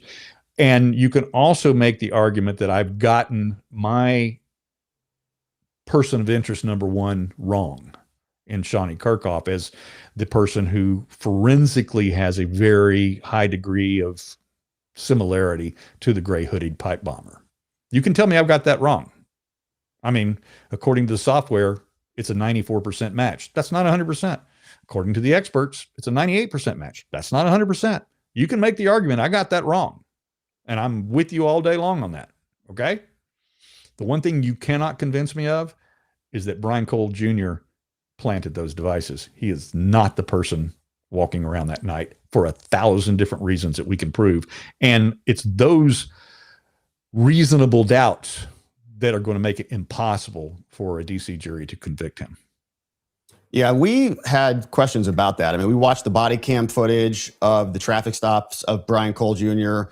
My wife and I went down to a hearing earlier on in the case at the DC District Court to hear them debate about, I think it was a detention hearing at the time. So we got to see Brian Cole kind of walk in and walk back out. Mm-hmm. He's kind of got a stiffer gait around him. He's kind of, kind of tight like you would imagine somebody with autism has, versus what we saw on video of this hoodied person who was seemingly a lot more loose and fluid and kind of limber than anything that I've seen from him. And I think that there's a human capability, and I could be wrong about that too, but when you go to a mall, you go to a theme park or something, and you can kind of see the back of your friend's head or your wife's head or something and kind of just see how they're moving. And maybe the first thing that sticks out is the walk, is how they are, their cadence and their steps. All of that can trigger, I think, a reaction. But we also, I think, don't even have, there was a backpack that was carried around that day. There were shoes that the FBI identified, I believe, that this hooded bomber was wearing. And none of that was also even recovered from Brian Cole's residence. So there was, very little that actually connects him to that scene or any of the images that we saw in the footage. Right. According to the family, he has never owned a pair of Nike Air Max Speed Turf 2018 model shoes. Never owned a pair of those shoes. His preferred shoes are Crocs, and he wears the Nike Converse Chucks. I'm not Nike, but the Converse Chucks when he has to. He has two identical pair of those. I've held them and others of his shoes. Every pair of shoes that Brian Cole Jr. owns, except for the Crocs that he was wearing that day when he was arrested, I've held in my hands, and they are all size 12s. We have measured the bomber's foot as to be a size 9 to a 9.5. Yeah, and you made a great video about that. You went out there, and there's one area of the route that this person took where the bricks in the ground essentially are visible. So you can see how the foot lands on the pavement because there's lines in between the various bricks. And you just went out there and you measured it. You put a size 12, you put a size 9 together. One looks a lot more like it reflects what was seen in the footage, which was a smaller foot. Right. Yeah, that's exactly it. This was a very easy, it doesn't take rocket surgery to do what we did back there in the bricks on Rumsey Court, is because we got a couple of very, even with the frame rate reduced footage, there's really good lighting in this section of Rumsey Court, and there was sufficient enough lighting that even at 1 frame per second, a couple of times, one of the feet landed perfectly on the back edge of a brick. And then it crossed over to 2 full bricks and then a little less than a half a brick. So I was able just to go out there with a ruler, a tape measure, and measure the distance between the heel and by the way, the exact bricks that Hoodie stepped on. Right. And measure that, and then determine by acquiring actual copies of those shoes. I purchased a 9.5, a size 10.5, and a size 12 of the 2018 edition of Nike Air Max Speed Turf shoes. And the difference between shoe length from the exterior can be very different depending upon not just shoe size, but the outsole versus the insole size. And these Nike Air Max shoes have a very large outsole. So you have to actually know the shoe. So you have to have the shoe. And so what we were able to determine is that the 9.5 is the closest one of the three that I purchased to the distance of the foot in the shoe that landed on those bricks. So I can tell that that the hooded bomber was either wearing a size 9 to a 9.5, but all of Brian's shoes are size 12s. He did not shove his size 12 foot into a size 9 shoe and walk around for an hour outside the Capitol. All right. So to recap, we've got explanations. The government is alleging that there was a deleted cell phone over and over, wiped and wiped again. So we know that that could be attributed to OCD versus anything that's part of an attempt to cover up his tracks. He could, have been doing that, but somebody with OCD, that would be behavior that you would expect to be from them. We've got the cell phone data that was newly uncovered by the feds. It was corrupted for about 4.5 years. Then they reconstitute it after somebody writes some computer code. All that takes place right after you guys identify an alternative suspect. And lo and behold, boom, evidence comes out. We've now made this connection, and something that we couldn't see before, now suddenly we can see, and it implicates this guy. We have the confession, which is explainable by the fact that he's got autism and he was under duress for several hours, initially made a whole slew of denials, then made the confession, okay, I did it. But in the confession, some of the things that he admitted to don't actually corroborate with the record. And so they're unreliable just based on what he actually said. We've got materials explanations. This could be something that was connected to a hobby that didn't have all of the actual necessary components to assemble the bombs that day based on the receipts. The receipts are questionable because we have apparently maybe a broader scope of attribution. You've got these 6 cards that are being attributed to him where he only had 3 cards. So maybe they just expanded the scope on that. Some of the purchases go all the way back to 2018. Some of the other purchases happened after January 6th.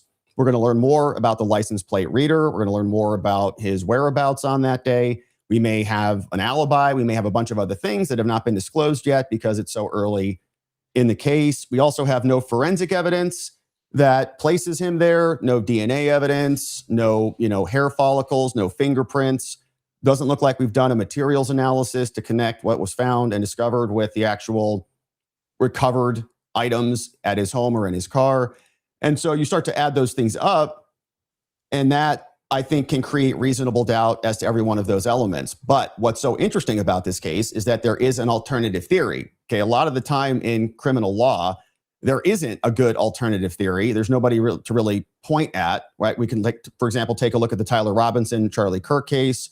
A lot of people doubt it's Tyler Robinson, but there's not a real consensus on who the actual shooter was. It's kind of all, speculative there. We don't have a real strong name. It could be Lance Twiggs. It could be some unnamed agent, but it's kind of, out there in the ether, and more will be revealed, presumably in that case, by the defense. We'll have to wait and see. But in this case, we've got now a person identified, Shawnee Kirkhoff. And when it comes to her, we see that she was obviously there on January 6th. She was on the upper terrace. She was apparently using less than lethal force to shoot at people with projectiles. She was somebody who was at the Capitol Police, then kind of disappeared, went over to the CIA. Very coincidental that she ends up at the CIA. We've had a whole pattern of CIA interference with President Trump, engineering and manufacturing various allegations. Originally, back in the aftermath of 2016, they were engineering the Russia collusion hoax by taking the Hillary Clinton campaign propaganda, shoving it in the back of the classified annex of the intelligence community assessment, and then using that to allege a real serious problem. They prosecuted a bunch of people. People went to jail for that. And so we've seen that they are willing to do this. We've also got a bunch of other questions about the timing and whether or not the discovery of these pipe bombs, which may or may not have been viable, just dropped at the most perfect opportune time to distract people away from the security of the Capitol building. We also, of course, have your gait analysis, which is not just an analysis based on, two healthy people without any abnormal characteristics. Shawnee Kirkhoff had a major injury that I think was a fracture in her leg. And so she has a very distinctive gait. You did an analysis on that. You've got experts who've done the same thing. Very high percentage is of confidence on those. And in addition, we then have other questions about her alibi. And the defense was talking about that in their subpoena, saying that one of the main elements that was articulated in her alibi was that she was at home with her boyfriend and they were recording a video about their dog. I think the dog's name was Bella. Bella is on camera kind of twitching in this video, and you just hear Shawnee Kirkhoff's voice.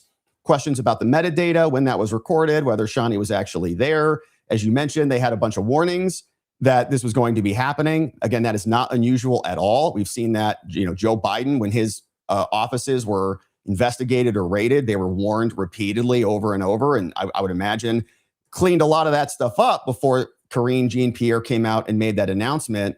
And if we recall, Hunter Biden also had a warehouse apparently filled with stuff, and they were going to execute a search warrant on Hunter Biden's storage unit. And Lisa Monaco from the DOJ tipped his lawyers off. So by the time they went to execute the search warrant, the warehouse was empty. So that all makes sense. Like, that all actually happens in the real world. And then they conduct a raid. And, oh, look, we did our job and we couldn't find anything.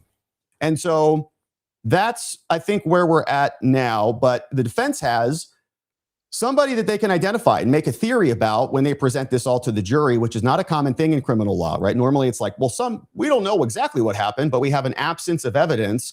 The government didn't do their due diligence in investigating all of the various possibilities. We know our guy didn't do it, but we can't really explain who did do it.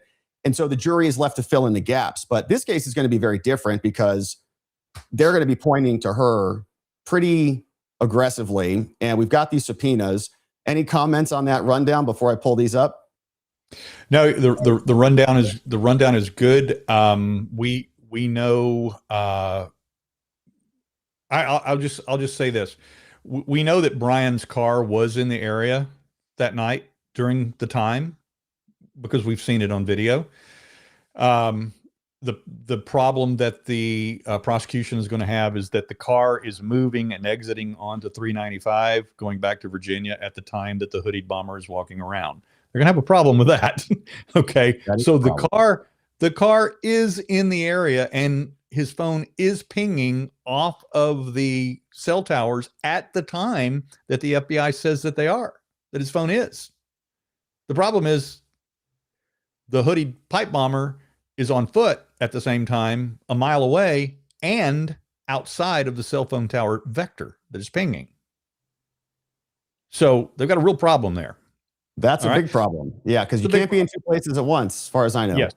There's another problem, and that is getting to the, I almost said something I was asked not to reveal yet. All right. I had to pull back. I have to check myself on occasion when I'm talking about this. We're digging here, so I understand. Right. The family does not believe, nor do the attorneys believe, that he was doing DoorDash that night. We know that he has done DoorDash, but we don't believe that he was doing DoorDash that night. Although DoorDash was a big deal during the COVID lot. Yeah, obviously, all of the Uber Eats, DoorDash, Grubhub, all of that whole thing, they were making a killing during that period because, especially in severely locked down communities like DC, that was how people, ate when they didn't want to cook for themselves at the time. So there was a lot of that going on. And so based on that, we also have a pretty solid working theory of why he was in the neighborhood at that time anyway. And it is food related. So I can at least say that. And then going to the case that you laid out there as far as the alternate theory, well, there's the problem starting with the alibis. They've only presented a couple of alibi theories at this point. One is the issue which was first described, and the FBI leaked this, according to CBS News, first publication to cover this, to dispute my story, said that they had 3 sources from the FBI corroborating their familiarity with a video of Miss Kirchhoff, and I quote, playing with her puppies during the time frame that the bomber was on foot inside DC. Now, Kirchhoff and her partner live in Alexandria, Virginia, just across the river. And so this is what they released. The three corroborating intelligence community sources to CBS said that Ms. Kirchhoff was playing with her puppies. Then what they didn't know is that, because, as I mentioned early on in our interview here today, is that despite the fact that CIA and other intelligence community people scrub their history from the internet, they do everything they can. But as there's you've heard that phrase, the internet never forgets. There's always echoes out there and whispers and, ghost images of things that you've tried to make go away. There's two photographs that we found from her social media that we were able to recover from the deep web. And one of those was the adoption of her dog, Bella, a retired greyhound racing dog from Florida, that she and her partner went to Florida and adopted this dog and brought it home. So we found the photographs and the discussion of them adopting this dog. Interesting date, exactly to the day 1 month before Hoodie walked around DC. This dog was adopted on December 5th, 2020. 1 month later, January 5th, 2021 was when the bombs were placed at RNC and DNC. According to the alibi, the first version of the alibi, she was home playing with her puppies, as described to CBS by three intelligence community sources familiar with the video. And plurals, as in puppies. Puppies is a very different thing than an old retired greyhound. Right. Okay. So what we did is we released to the public. Now, I was under a gag order from the Blaze at the time, by the way. I was completely not allowed to talk. In fact, Blaze wasn't allowing me to do any outside interviews on any subject whatsoever. I couldn't talk about assassination attempts. I could write stories, but I could not do any outside interviews at that time whatsoever. So through some proxies, I released these photographs that we found of the dog, not the puppies. We also found a review that Miss Kirchhoff had given to her dog sitter. She'd given this guy a 5-star review, and mentions the name of the dog in the review. And again, singularly a dog, not puppies. She talked about how, grateful they were that he would accommodate their tough schedule because they were both involved in law enforcement, et cetera, et cetera, et cetera. So we found this evidence of an adult dog, not puppies. So we released that in social media. Well, her law firm, Claire Locke, had to scramble, because I know people think that this is no big deal, because the second thing that happened is that her law firm releases in their demand letter against me and against the Blaze, they say that Ms. Kirchhoff, they had video of Ms. Kirchhoff at home caring for her dog. So 3 intelligence community sources say she was playing with her puppies. Then in the demand letter, prior to an actual lawsuit complaint being filed, they changed that to caring for her dog. She was home caring for her dog. That's what the video shows. That's version number 2. And they had to scramble because it couldn't be puppies anymore, because we embarrassed them by showing that she didn't have puppies. She had an adult dog.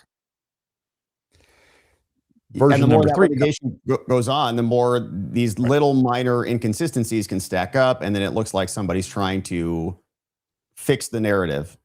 And then version number 3 happens in the actual lawsuit itself, in which they release a still image of an adult dog asleep on a couch, in which they describe that in the video, Miss Kirchhoff's voice can be heard off camera talking about how the dog twitches in its sleep. Right. So she's not even in the video. It's just some audio in the background. Right. And then the second and only other alibi piece of evidence that is allegedly part of her alibi is a purchase receipt from some restaurant that allegedly took place at the same time there in Virginia.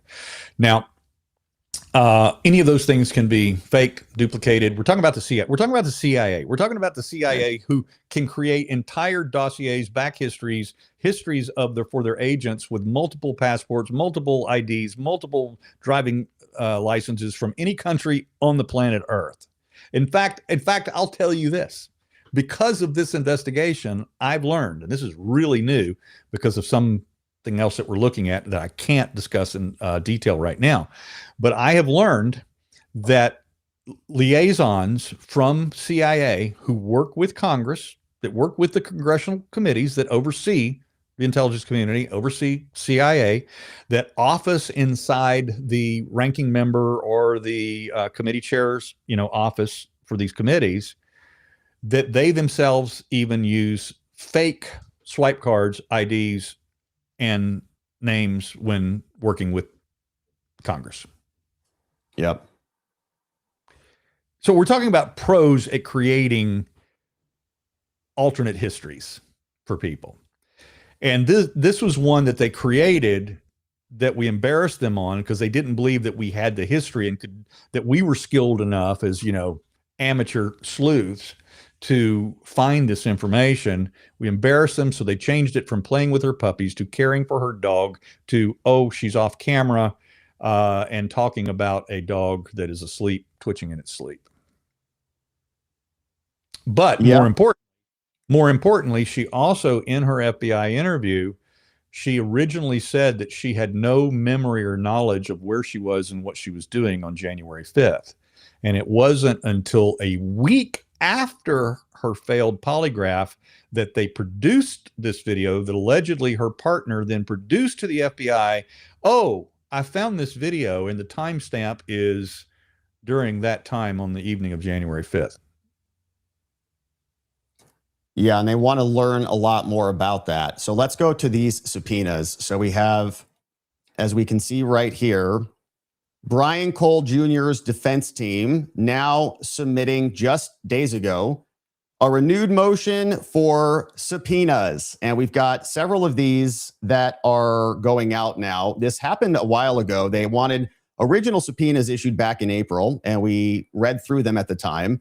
And the court didn't rule on that request. So things kind of just stalled out for a little bit. But the three people who are now the subject of these, one, Shawnee Kirkhoff. We've got Daniel Dickert, who is the boyfriend. Don't know if they're still together, but was, I guess, living with Shawnee at the time. And then this one's interesting, too, because it's Dr. Michael Nuremberg, who I believe is her podiatrist. It's somebody who works on her.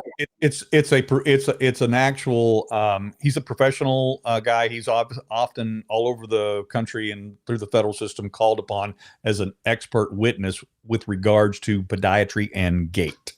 Got it. Okay. So my partner, Joe Hanneman, has also interviewed him. We published his findings in our own research. Interesting. Okay. So he may not be meeting with her, but they're asking for records from him. Or having him analyze.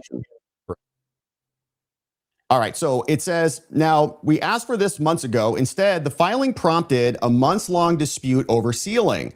This is where some of the new information came out, turned into an entire, explosive scandal. They were saying you violated the order of seal, and now you're revealing, confidential information that shouldn't be out publicly. So then the government moved for an order to show cause, right? The defense now getting hit by the prosecutors. And that's a whole separate thing, right? Isn't one of the prosecutors on here, Jocelyn Ballantyne, who is a well-known J6 prosecutor who was not fired by Jeanine Pirro? She basically oversaw all of the January 6th prosecutions, and now she is the lead on this case. Yeah, very interesting. And so the parties were briefed what should appear on the public docket. Bunch of filings here, all marked as docket entries. The court then resolved that dispute back on July 8th at a status conference, adopting Mr. Cole's proposed redactions, declining to adopt the government's additional ones. So defense wins, will redact these things and refile. The court found that what the government wanted redacted already relate to publicly available information or to general investigative techniques. And so the government wanted to overseal things. And ultimately, the court kind of split it. So new items get on the docket with some redactions. This is the defense brief. So then on July 9th, the court directed the clerk to file the redacted pleadings on the docket, where the subpoena motion now is at docket 84 and denied the other sealing motions is moot. Now, the defense says from Brian Cole, what the court has not yet done is grant the relief that we asked for originally. We wanted 3 subpoenas. We haven't gotten approval for those. So Mr. Cole has not yet issued or served any of these subpoenas. Now we renew the request now in a more narrowed form with the appropriate information redacted from each subpoena. We'll take a look at each one of those coming up. But Mr. Cole incorporates the full background as it appears in the original motion, and they give us some details once again on Shawnee Kirkhoff as part of the official record. They explain, Ms. Kirkhoff was a U.S. Capitol Police officer on January 6, 2021, and was present at the Capitol that day, as we discussed. She now works for the CIA. On November 6, 2025, the FBI interviewed her and administered a polygraph examination that asked her twice and directly whether she placed the pipe bombs.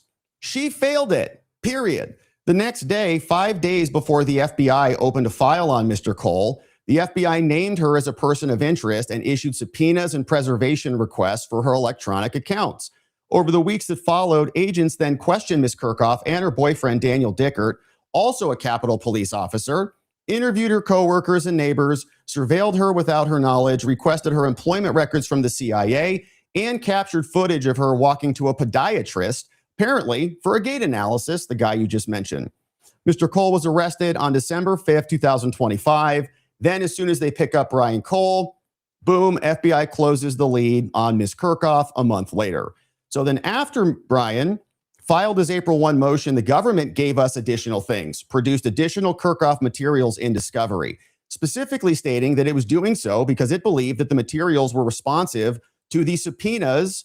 And in other words, if we give it to you now as part of discovery, you won't need these subpoenas and we'll just call those things moot. In its production of June 30, the government supplied part, but only part, of what Brian Cole had asked one subpoena recipient, Shawnee Kirkhoff, to produce. Mr. Cole does not ask this court to order production of documents he now has, but he's narrowed his request accordingly. So some items came over, but we still need more stuff. So now we're back renewing our demands for these subpoenas. Here's what they want. A subpoena to Shawnee Kirkhoff, we've got it queued up, that has been narrowed. We withdraw the former request for items 2, 9, and 11, but the remaining requests are refined in scope. We want documents that reflect the disposition of her iPhone 7 and the identification of her Apple Watch and associated accounts. And I think, Steve, you were front and center of identifying the watch, right? Almost even saying that she was talking to the watch. Well, we were saying that Hoodie was talking to the watch. Hoodie, correct, yes. Now, yes, one thing we have not shown video on, because I've now that this is public, all right, I will add to this, is while Brian Cole Jr. has never worn a watch of any kind, much less a smartwatch, is that we have very, very clear, close, high definition video of Capitol Police Officer Shawnee Kirkhoff wearing this identical Apple Watch that I'm wearing right now, and also on the evening of January 6th, speaking into it and having a full conversation on her Apple Watch. That's the first time I've ever revealed that. We have that video. Yeah, that's very interesting. So obviously this is why the defense wants it so badly, to see what those records look like, to see if that video footage will have, you know, a timestamp that matches some activity on her watch that is actually attributed to her. So they want iPhone, Apple Watch stuff. They want a subpoena to the boyfriend, Dickert, in the form previously submitted and narrowed in scope. And then, of course, to the doctor, presumably doing the gait analysis. They say, now, let me insert something in here. I have purposely never, in a single interview that I have done on this case, and as you know, I've done many very high profile interviews, I have purposely never mentioned Dan Dickert one time. I've talked about her partner, but I've never mentioned his name before. I've avoided that just out of respect to the case, etc. But I will add to this now that it is public and this has come out in these court filings. His participation in this is that one of the most interesting aspects that's going on behind the scenes that I will reveal. It's may or may not be a part of the case or not, but we do know for a fact through very high-ranking and reliable sources at the Capitol Police that Mr. Dickert has not been back to work since our story came back on November 8th. He initially took a leave of absence.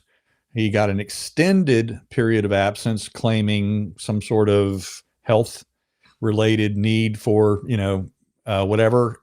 That has run out. And from what I'm hearing is that he's filing for some sort of permanent job-related disability, which we believe is on the, let's say, psychiatric side of things, not physical, and that it ties back to the distress that he, and I'm speculating, I'm speculating that it may tie into the stress because it ties in, his absence began the day after this story came out.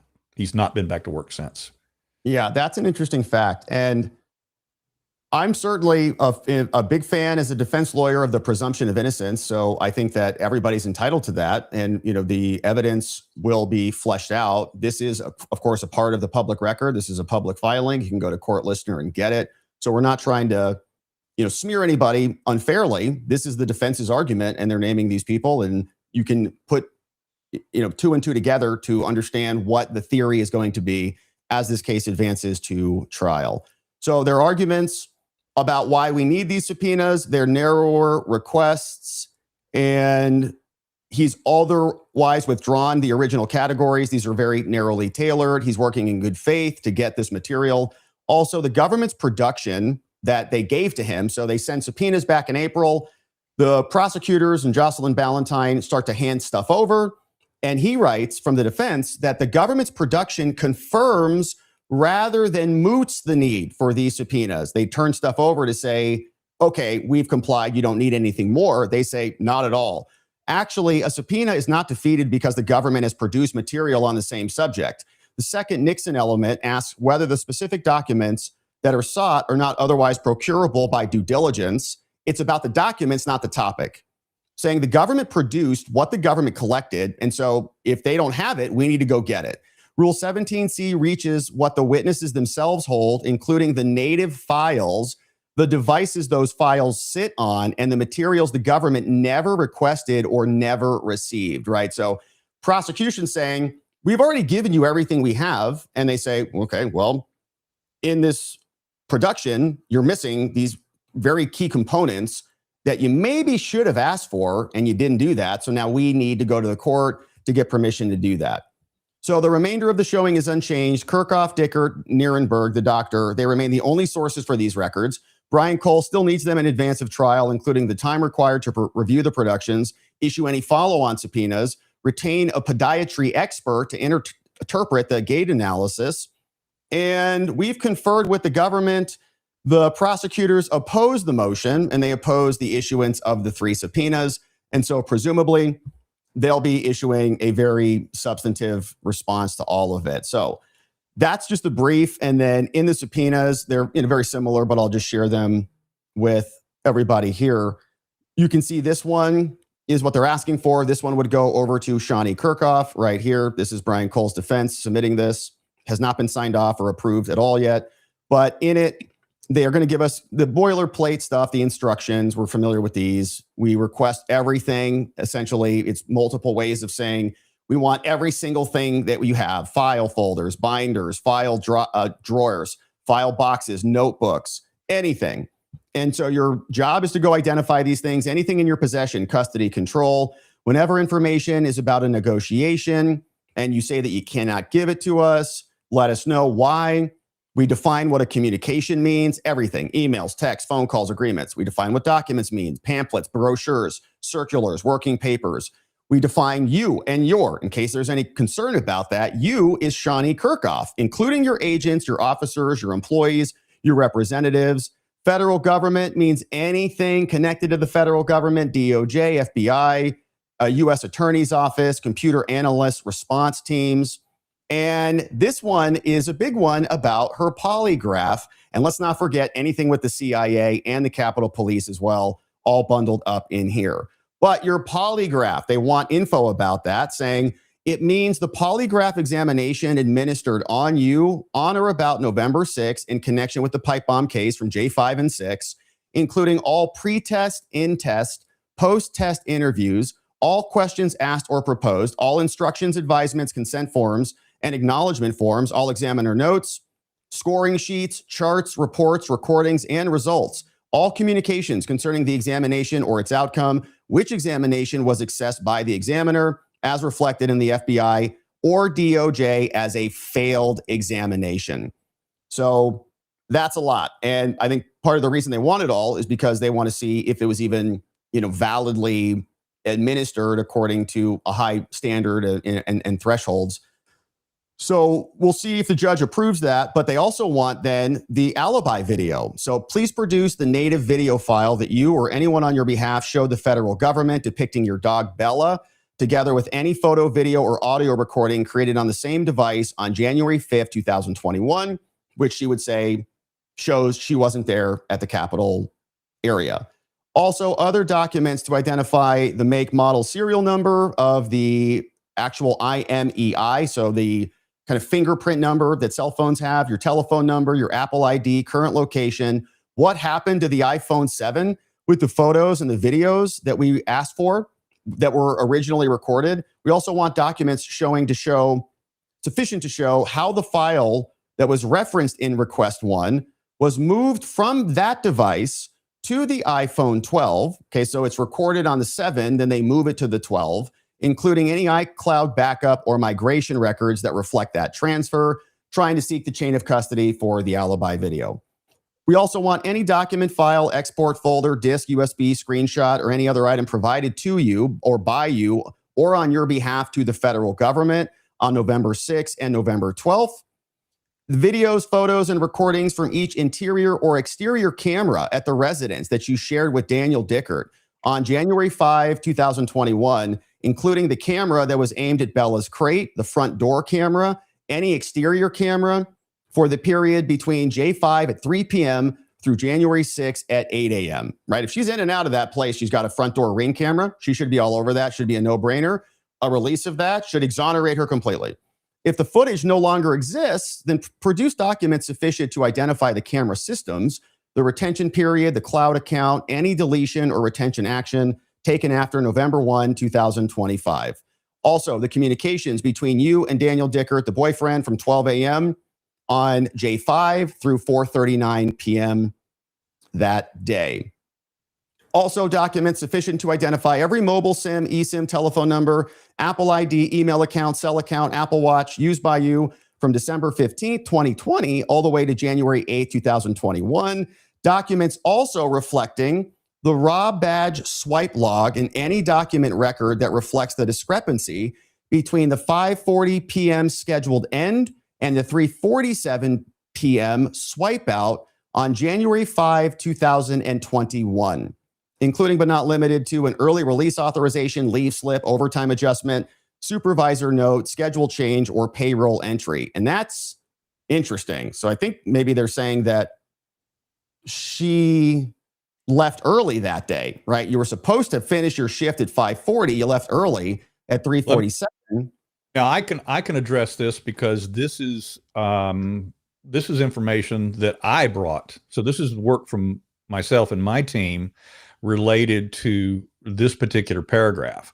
So I'm not revealing anything right now from discovery because, again, the attorneys won't give me anything that is not yet public, but this is something that I brought to them.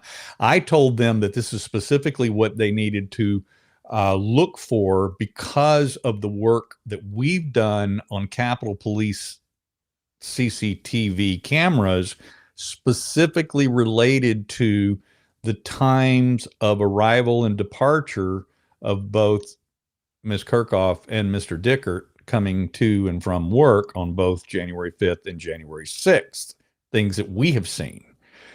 And that because of that, what we have seen, I have worked through my sources at Capitol Police, obviously trying to acquire this very information right now, but they can't access it without, giving themselves away. There's no way, the keystrokes alone would get them fired.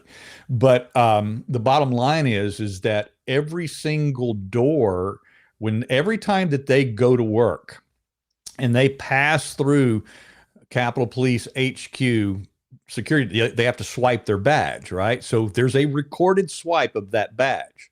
Now, that was 5.5 years ago. So this is now archived. So even a higher ranking Capitol Police official would not be able to just sit at a computer and access the key card swipes from last week to make sure, so-and-so troubled employee showed up on time or whatever. They were ditching their job or leaving early or taking too long a lunch break or something like that. So they could do that, but they're not going to be able to access the archived data without a higher clearance rating and, probably some assistance to get that.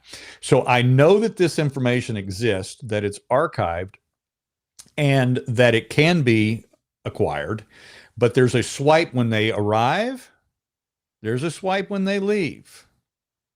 And then internally, there's what they call their TNA swipe. I think it's interesting, it's TNA, but it's time and assignment. So it's like the old style, time cards. You go to work, you used to top an actual physical card into your time clock for when you leave and begin your tour of duty.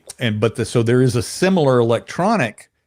So for instance, they could arrive at Capitol Police headquarters 3 hours before their shift begins to just go to the gym and work, hang out, play cards in the locker room, whatever. They do that. But then when it's time for them to go to work, basically within 15 minutes of their assigned duty time, then they go and they do the TNA swipe. And so that then logs, okay, I am at work and on duty now. And then they reverse that. So there's at least 4 evidences of them moving around in their official capacity as Capitol Police officers. Every time they enter a building, exit, and then, of course, obviously their TNA swipes when they begin their tour of duty and when they conclude. And then if their assignment is remote, like for instance, in Daniel Dickert's case, Dickert liked working at one of the remote kiosks. So he typically had a long-term assignment at one of the Senate building's kiosks that monitors traffic coming in and out of the restricted, driveways into the buildings. He liked to work alone and by himself, and whereas Shawnee Kirchhoff was more personable and she liked being with the crowd and interacting, he's a loner. This is the known characteristics of the two individuals. And so because he works at a kiosk, he is getting an additional swipe every time he enters that kiosk. Yeah, that's interesting. And I think their argument is that recorded movements. Yeah. And so they're saying she left early, 2 hours early in order to go do something. And how can you account for her time if she was supposed to leave at 5:40? She left at 3:47. Did she go, do something that she shouldn't have been doing? So they're asking for. We do see her on camera at one of the other facilities at around 5:30-ish on the evening of the 5th. We actually see her in a building which is across the street from DNC, but it's a building that also stores Capitol Police, like fencing, and they have offices, and I think they even have may even have locker rooms in that building as well. So we do see her actually moving in a Capitol Police vehicle with some other Capitol Police officers from headquarters to this secondary location. And I think the last time that we actually see her on camera that day is around 5:40 p.m. Interesting. Well, we'll see if they get these documents and she can explain it. But here they also want any Apple Watch or wearable device worn, paired, or controlled by any account, including model, serial number, pairing, anything controlled by her from December 15, 2020 to J8, 2021, all health data accounts, Apple IDs, and more. Same thing, any workout, heart rate, step count, stand hour, any other data synced for the device between J5 and J6, produced in native format with metadata intact. If it doesn't still exist, or if it's not still in your possession, or if it's been unpaired or anything, we'd like documents to identify what happened to it. Similarly, in point 9, the communications between you and the federal government, between you and Daniel Dickert from November 1, 25 through present, all about your polygraph, right? What were you guys saying to each other? All related to the J56 pipe bomb investigation, the photos and videos referenced in number 1, or any asserted alibi video, which is the Bella dog video. Also, finally, identify the phone number for any device you used on J5 or 6, 21, provided to you by your employer, and identify the phone network of service. And so that's a lot. I mean, they're really going to go through that with a fine-tooth comb, provided the judge ultimately approves this. But you can see why the government didn't want the subpoenas to go out, and presumably are going to be filing a very aggressive response to this, saying, we object. We then have the other subpoena. So this one is going out to the boyfriend, Daniel Dickert, and we'll fast forward through a lot of the boilerplate language. They're asking for a more limited series of items. A lot of it will mirror what they've already asked from Shawnee. But again, photograph audio about the dog containing Shawnee Kirchhoff's voice, including but not limited to any video shown or described to the federal government. That's the alibi video. Same thing about telephone numbers. What device was this created on, including the iPhone 7, where the video was originally recorded, and any iPhone 12 that the video was transferred to. Same thing, any recordings at your residence, including the cameras directed at the front door or Bella's crate, any comms from you between Shawnee from 12 p.m. J5 to 4:39 on J5. Any comms between you and the federal government about the pipe bomb investigation, the video, the polygraph, or any interview between you or Shawnee Kirchhoff. And again, identify all of the phone numbers that you have used. And that is that one, very short. And then the last one is to the doctor, Michael Nuremberg, we see here. From him, this is what they're requesting. Instructions are going to be largely the same across the board with different definitions, but here's what they want. He runs a company called Friendly Foot Care, and we want all comms about any review, analysis, comparison, assessment, or opinion by your company about Shawnee Kirchhoff, her gait, her movement, her posture, her stride, her foot mechanics, body mechanics, invoices, payment records, working notes, measurements, worksheets, any draft or preliminary analysis, surveillance materials that you received, and in the form you received them, any email exchange between you and the government, all in native formats. And again, any other communications about any gait analysis, gait comparison, biomechanical assessment, movement analysis, similar evaluation performed, prepared, transmitted by you about the J6, J5 pipe bomb investigation, including but not limited to Brian Cole Jr. So did he analyze Shawnee Kirchhoff? Did he analyze Brian Cole? What does he think about both individuals' gait? All now being demanded to be turned over to the defense based on a request for subpoenas. So we'll see what happens there, but anything stand out in those requests? I know these are relatively new. Yeah, a lot of things stand out that I have intimate familiarity with that I've been asked not to share.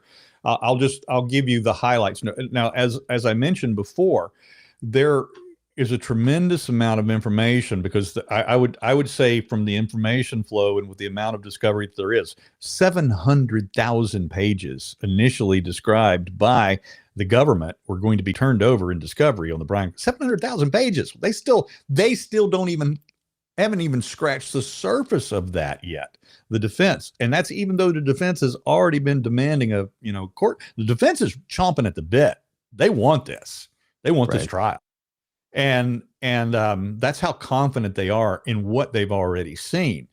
And while my knowledge base initially far exceeded theirs, as I mentioned earlier, their knowledge base is now overtaking mine, or certainly being supplemented with things that they can't share with me.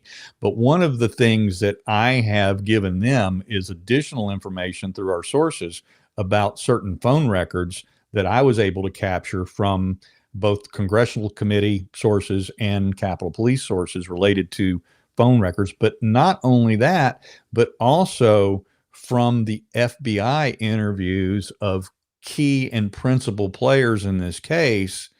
And I was able to take this information to the attorneys relating to this mystery of the phone records.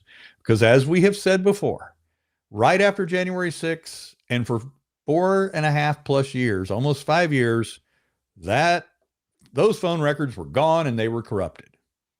Despite the fact that the actual telecarriers were saying, no, we turned over, uncorrupted data to you. The FBI's lying to us about that. Then suddenly we name our case, and then suddenly, oh, yes, they're right. That's not corrupted. Right. Well, guess what? We know a lot more about those phone records and this is information, as I said, I've turned over to them, and it is killing me inside that they can't, because I mean, I cannot tell you since this has started how many times I've taken them a piece of information. They look at each other at the conference table or in the room where they're interviewing me, debriefing me. They'll look at each other and go, we can't say. And it's killing me. And I always tell them, you're killing me, man. And so the bottom line is that I know beyond any shadow of a doubt that they would not be demanding a court date as soon as possible, even without having this information yet, that they were not really confident that what I have not seen is exculpatory in Brian Cole's case and inculpatory in the other case. Yeah, I think this is going to have to go to a trial. I cannot imagine that the prosecutors will offer him a plea deal that would be worth taking. I mean, they can't give him like a probation deal or something that would be worth taking in order to just get out of custody and close this thing down. He's the pipe bomber. He's the J6 pipe bomber, according to them. So why would they do that? Which means the only other alternative would be to offer him a bad plea deal, in which case, why would he take that? He would rather go to like you mentioned, a DC jury, which is going to be a very diverse jury based on the demographics of the district. And I think that with their case here, chipping away at all of the main elements of the prosecution's evidence, and then having a very clear alternative with a good theory behind it, is going to make the government's case hard. Well, I have heard twice the judge, I've heard this with my own ears, I've heard the judge ask the parties in court, has there been any discussion of a plea deal? Both parties, nope. Yep. No discussion whatsoever. So nobody's asking for one and nobody's offering one. Right. Now, having said that, even that is outside of the standard operating procedure of the DOJ. As you know, 98% of all federal cases are pled out before trial. Yeah. And yet there's no even offer in this case. It's not because the prosecution is so convinced of the, open and shut, conviction that they're going to get. It's because they know there's no sense in bringing this to the defense. The defense is not caving on this.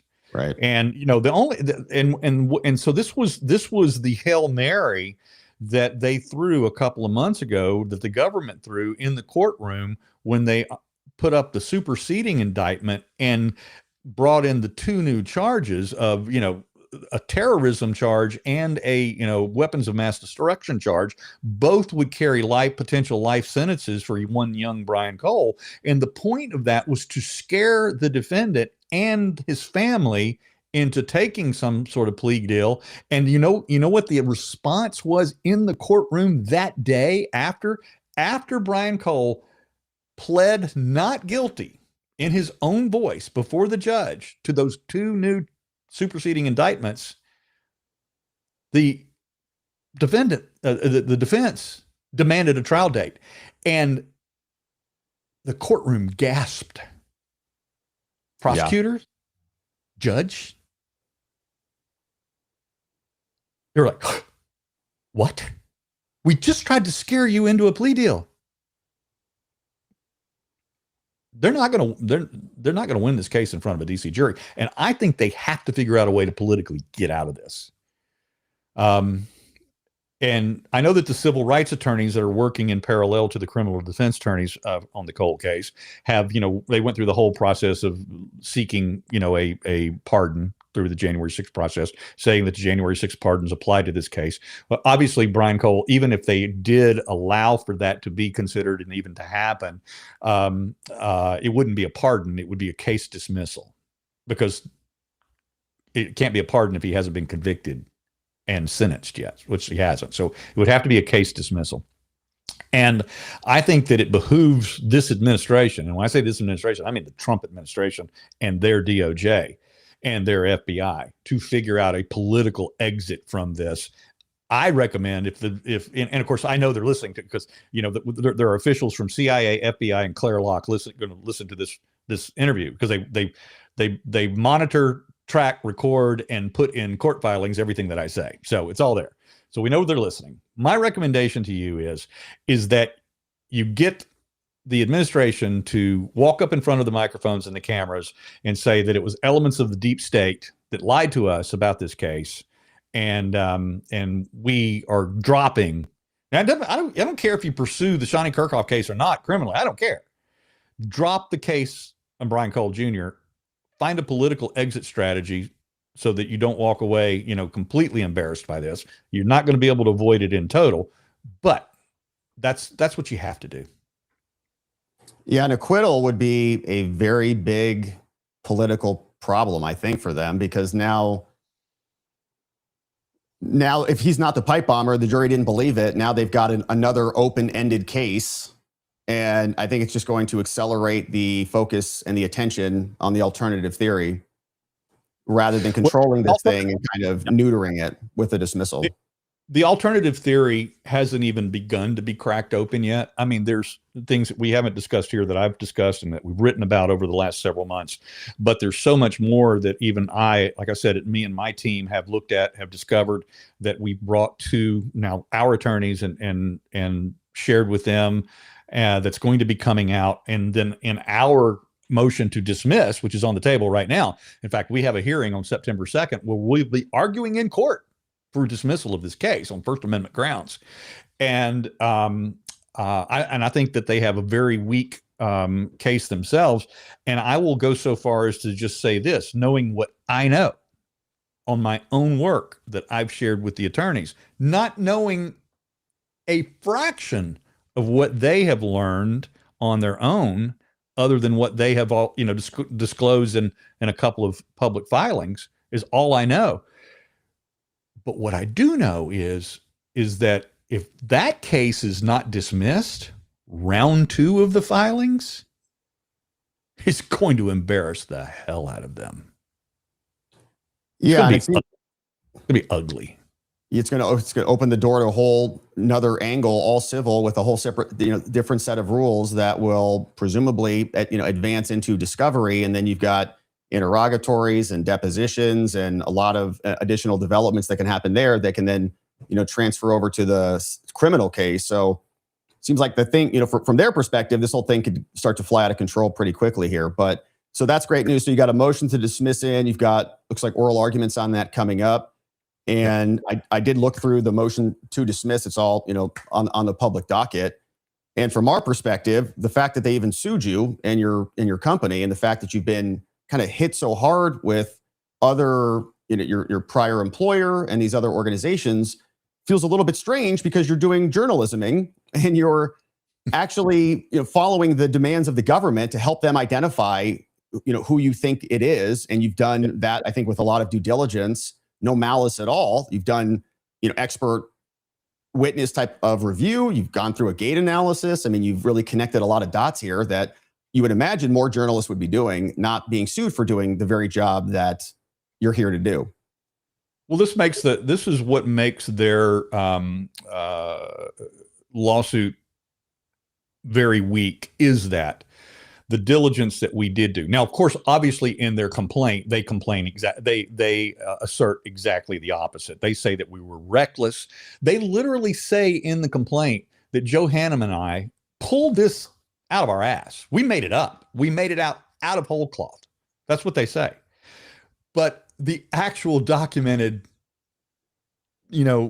verifiable paperwork track record is that the order and the timelines and how we handled this before publication was unprecedented. What we did, we didn't immediately run to, I didn't immediately run to my editors and say, here's the draft, you got to publish this right now. Long before the draft was ever even begun, we took it to the authorities as a potential public corruption issue. This is something you might want to look at. Right. Now, I didn't take it to the FBI because I knew not to. I already knew they were covering up aspects of this case. And so I didn't. I've also been through an issue with this FBI, not Ray's, but with this FBI on another public corruption case that I tried to alert them about in advance related to Congressman Corey Mills that they suppressed. So I already knew that they were not open to me bringing them evidence of public corruption.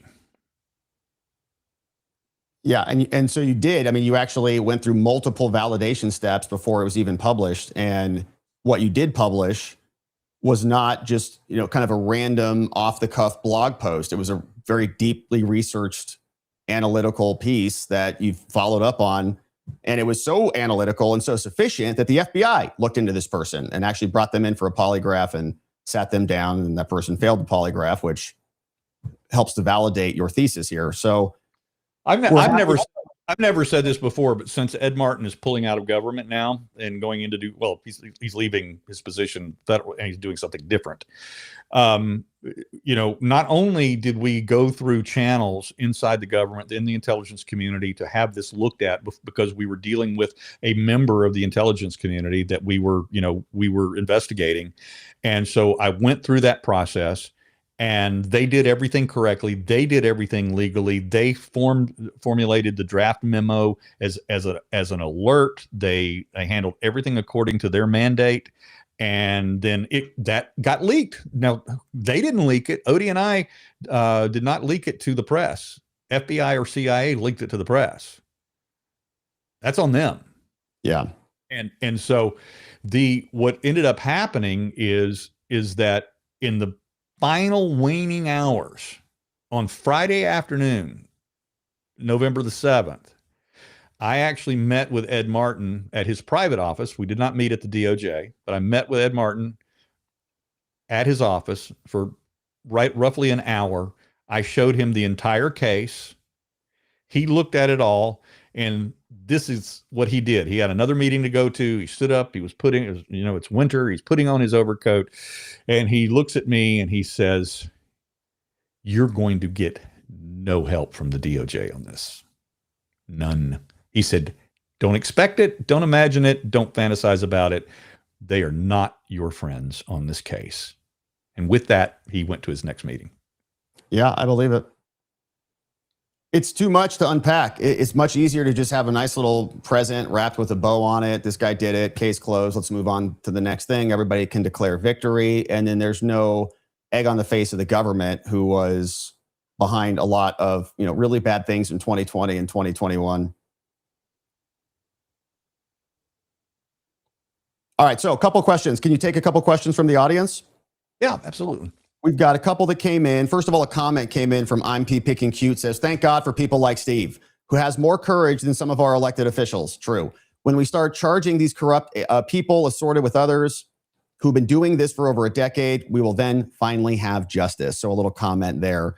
Sharpie guy was asking that, or remembering that, don't forget that the hoodie waved to the police car as it passed by, right? It was either a stretch or a wave. We all remember that video.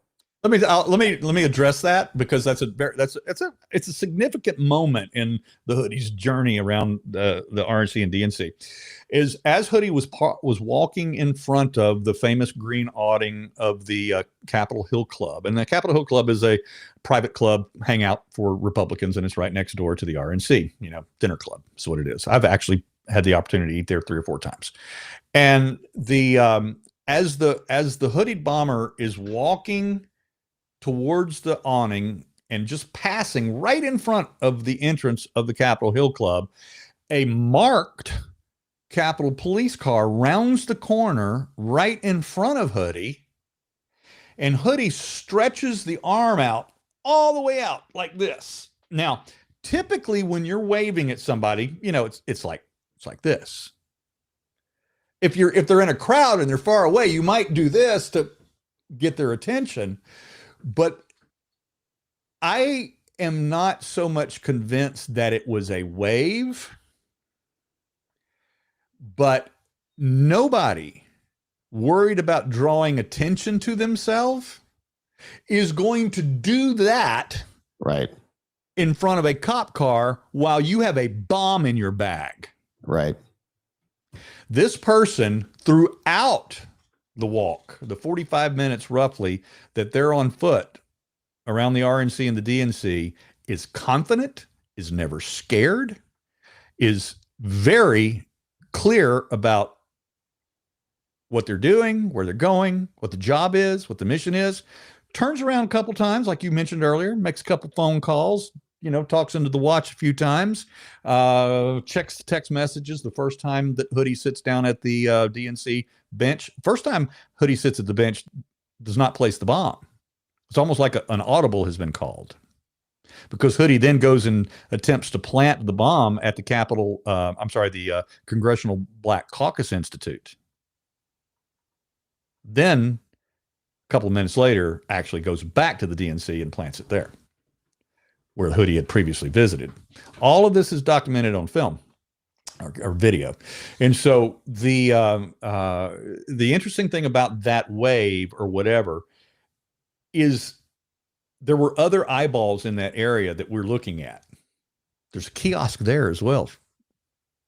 There's a Capitol Police kiosk right there, manned by 3 officers. And there's other things that are happening curiously around that building at the time, Capitol Police related, that we've been tracking for months on Capitol CCTV. And it may have been less of a wave and more of a signal, but even if it's completely innocent, a person carrying a bomb does not attract attention to themselves in that manner. Right. This person felt very loose, felt like they were just kind of like not even concerned with the consequences, like it was officially sanctioned or something. And even, was kind of almost even had a little pep in the step as they're turning the corner with their little hip swing. We had another question from Marlene. She says, Mr. Baker, why would the perp wear highly identifiable sneakers while on this op? What is your theory of the shoes? Oh, well, it's interesting that the shoes that were worn were a special edition, limited edition Nike shoe. I think they were $350, $400 pair of shoes. The Brian Cole's family said, no, Brian would never spend money on shoes. They said we have to buy shoes for him because he destroys his shoes. And she said, I started buying Crocs for him because he likes to walk on the outside of the heel of the shoe when he walks the streets many times a day. He walks miles a day and he destroys his shoes. So my mother started buying him Crocs. She said, there's no way Brian would spend $400 on a pair of shoes. These are athletic shoes. The bomber's very athletic gait with a little hitch in the step from an injury. Very identifiable, diagnosable movement of a person who has had a massive trauma to a right tibia, broken in half. And this is what brought my eyes to looking closer at my person of interest, number one. And I'm dancing around. I'm dancing. When I do this, I'm dancing in my head about what I can say, what I can't say. what I know is about the shoes. Yeah, I can say this. We've published this before. This particular 2018 Nike Air Max Speed Turf shoe came in multiple team colors. There's the New York Giants edition. There's the Miami Dolphins edition, blah, blah, blah, blah, blah. Well, this particular shoe is white, black, and gold. Coincidentally, the exact same colors of the professional soccer team that Ms. Kirchhoff played for in Columbus, Ohio. Amazing coincidence. Isn't that fun? Tons of similar coincidences in this case. There are a lot of them. All right, that was great. Okay, so we got a couple more. One from Super Buff Shaft says, Rob, great work by you and Mr. Baker. Please ask him why, and you may not know this, why Glenn and the Blaze never covered the mass crimes exposed by the 21 Arizona state audit. Easy to see the J6 was the cover-up to the election coup. Was to cover the election coup. Well, I can't say that the Blaze never covered the Arizona State audit. I would be surprised if they didn't.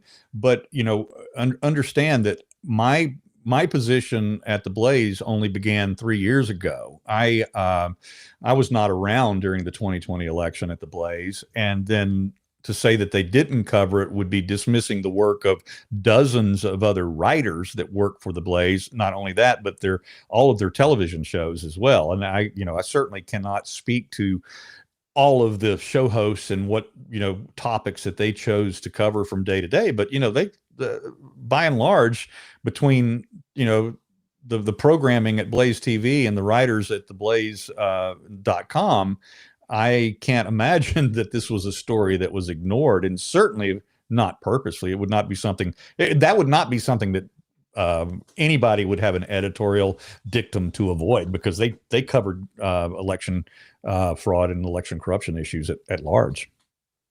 Yeah, there was a lot going on then, and that's a big organization. But yeah, I'm curious what specifically maybe was missed, according to Super Buff Shaft. What maybe just not a super high priority on that one particular matter. But Arizona Arizona got a lot of overlook, I would say. It was kind of pushed aside.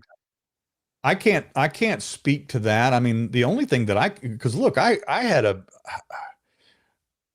very, very narrowly focused project. They brought me to the Blaze specifically because of my January 6th work.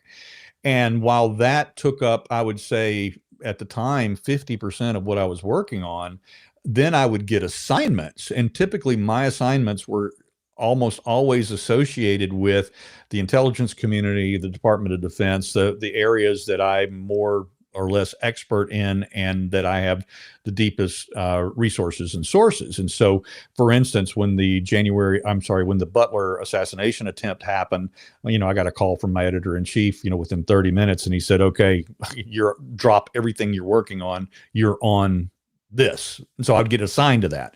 And then fast forward to April of last year, 95, I was working on a directed energy weapons investigation, and I get a call from the editor-in-chief, and he said, okay, drop everything you're working on. I'm putting you on Corey Mills, the Florida congressman who just lost his primary election. Right.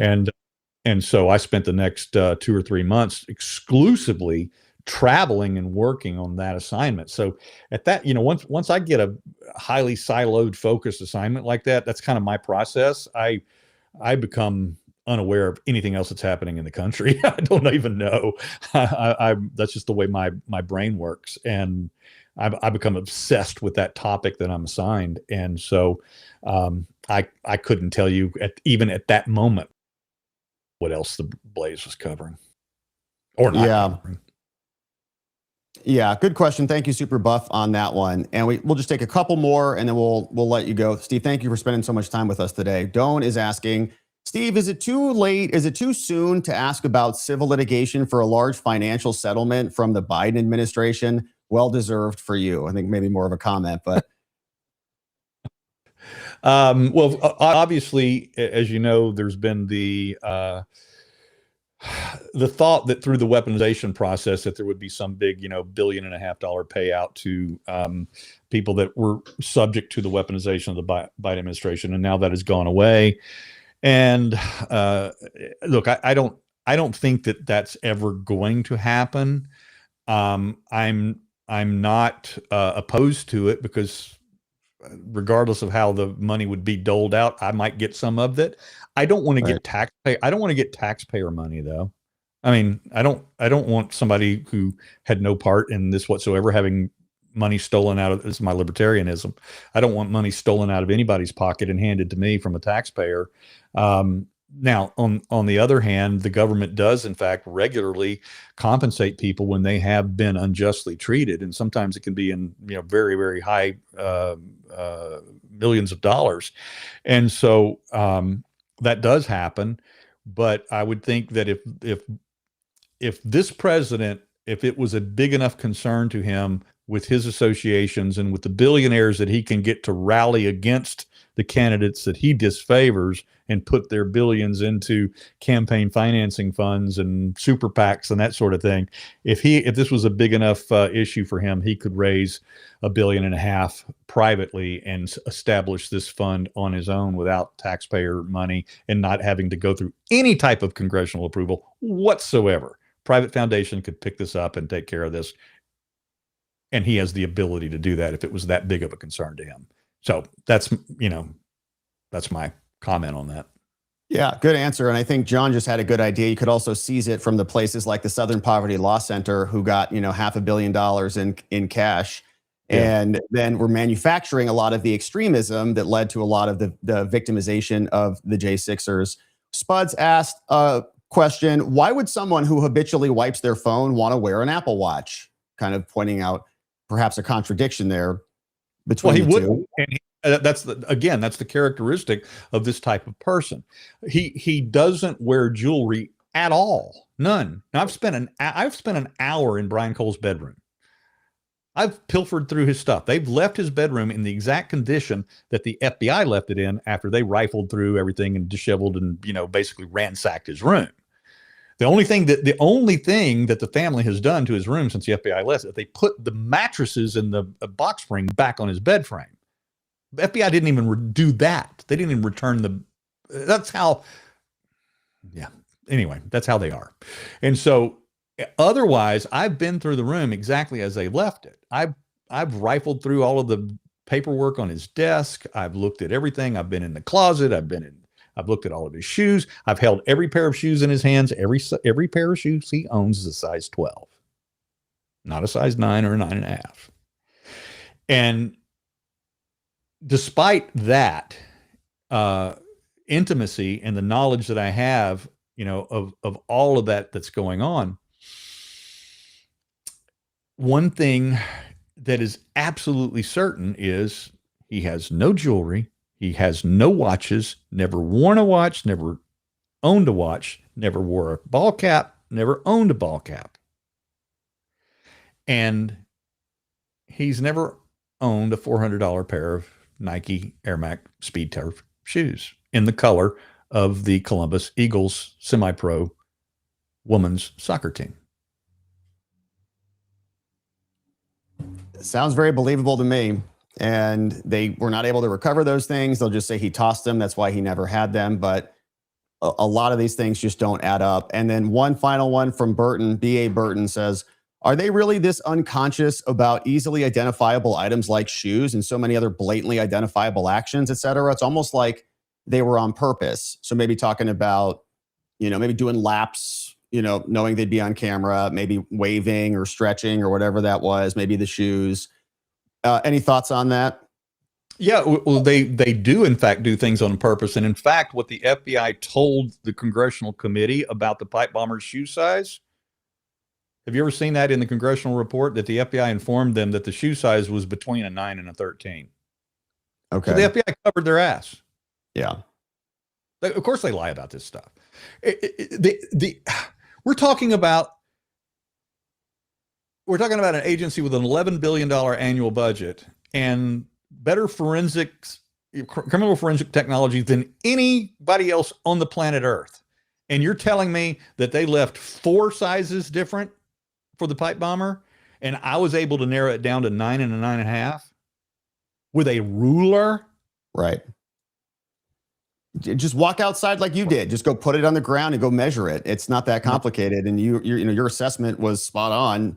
You have it all on video, and you have a very narrow range. And under their range and analysis, it could be anybody. It could be a female with a small foot. It could be a man with a big foot. Of course, making it all that much more difficult to actually pin it down. Exactly.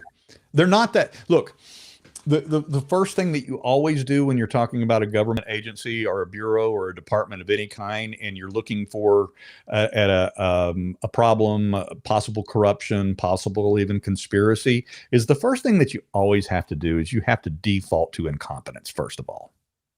You have to go there first. And I always, as a general rule, default to incompetence. And I'm going to tell you right now, they're not that smart. They're just not.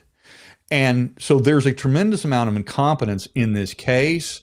But then once the incompetence has revealed itself, then the cover-up has begun. Because one of those issues, not only do we have the issue of the missing and corrupted, data, but just go back to the DNC cameras alone. The DNC cameras alone are a big problem because, as has been pointed out by many more people other than just myself, but other investigators that have spent a lot of time on this, you've got to be freaking kidding me if the FBI wants us to believe that the DNC cameras that recorded the placement of the bomb at the DNC are only 1.2 frames per second. Ridiculous. You can't buy those cameras any longer in a pawn shop that's had them for 40 years. Right.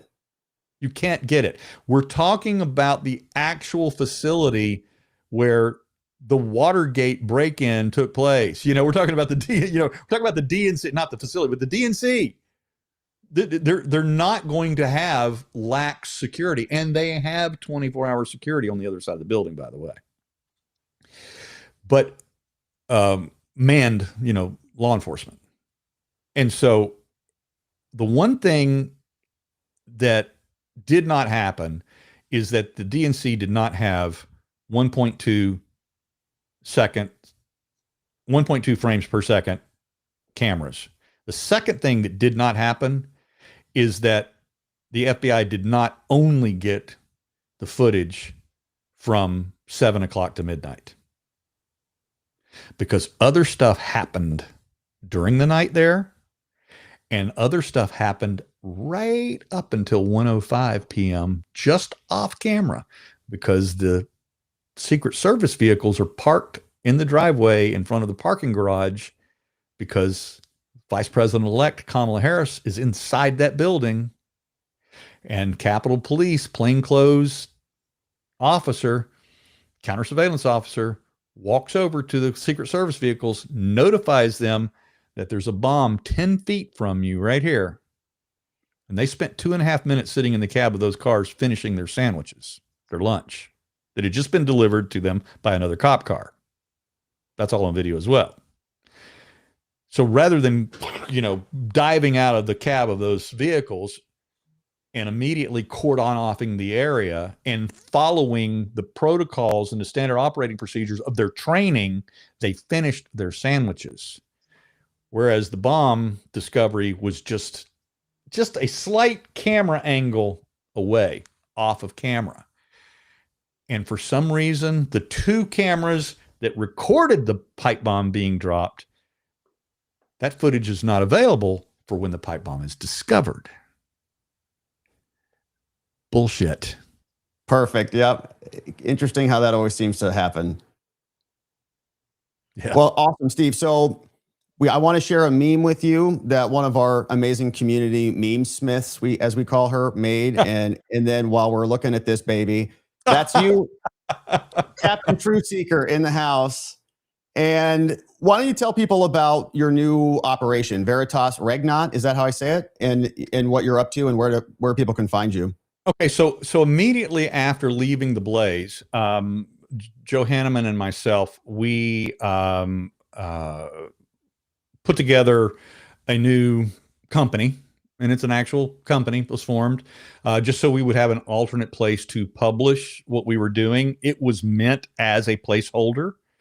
And interestingly, um, the Kirchhoff and her attorneys have found it in their infinite wisdom to sue a company that didn't even exist I noticed when that. the story came out. So this company was launched immediately after our leaving the Blaze. I left the Blaze on April 1st. He left 2 days later, and we launched the company. It was meant as a placeholder until something else that we were working on had developed. Well, that other thing is now coming to fruition. I can't talk about it publicly yet, but so we're going to be shuttering the new company because we don't need it anymore. But we needed a place to legally receive funds and pay taxes and withholding, and we did. That's how we handled it. And so that is going to be shuttered shortly. We're just kind of leaving it static right now and phasing that out. And then we'll be announcing the other thing here very shortly. But that's what that is. So I would not, in terms of tracking me, if you're looking, if your followers, readers, listeners are looking for a place to just follow me on X for the time being.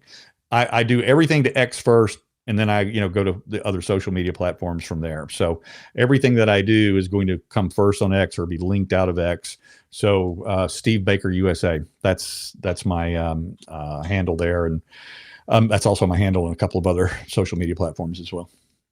Amazing. And I would encourage people to absolutely follow you, but then also to subscribe to you. I just subscribed over there on X so that I can get kind of the behind the scenes thoughts of Steve Baker and what's cooking next. So, and it's also a great way to support you. I think it's important to, to do that. We've got fewer and fewer actual journalists who will look into hard cases and get calls from maybe the FBI director to say, stop doing what you're doing. You're one of those guys with the courage to do it. And so we really appreciate all the time here today. Obviously, I think there's going to be a lot more to come on this thing. We got, a trial. You've got your defamation case. And I think a lot more evidence will be revealed. And so we appreciate you sitting down with us and explaining everything. I know a lot of people in the chat were. And I want to thank your meme maker. I want to thank your meme maker there, because I didn't get a chance to comment on it, but I loved it. And thanks for, you gave me a little bit more of a square jaw. I like that. I have muscles, and that's important. Maybe I'll reach out. Maybe I can get the contact information, and I'll reach out when we're firing up. See, I'm a musician as well. And so I'm actually re-engaging with one of my bands again. So I'll be talking about that in the background on my, subscribers only on X as well. And so maybe I'll have them, your meme maker, do make us some images for the new band. She'd love to do that. Her name's Heidi. She's at HeidiProductions.com. Little plug for her there. And she's awesome. She does, she's really been a fun part of our community and an amazing person. So I'll send it over to you as well. But my friends, of course, make sure you're following Steve out there, because this case is going to continue on, and we'll keep our eye on it. And then Steve, hopefully we can do this again sometime. Robert, I loved it. Thank you so much. I really appreciate you and your work that you're doing. Likewise. Yeah, we're very grateful for what you're doing, and we'll see you out there. All right, everybody, that was Steve Baker. And as one final encouragement, go give him a follow on X. His account is at Steve Baker USA, because he loves America and the truth. And so we've got a lot more to unpack together, of course, with the pending litigation in both matters. We're going to keep our eye on that. We appreciate you joining us for this extended edition. I thought we learned a lot of good things here, got some behind the scenes insight. We, of course, read the documents here, go through a lot of the case filings and what's happening in litigation, but to see and to spend time with the man who is responsible for initiating a lot of it was a real treat. So once again, Steve Baker USA on X, and thank you for joining us on this lovely Saturday. We've got a couple other comments that I wanted to hit, and then we'll wrap on the day, my friends.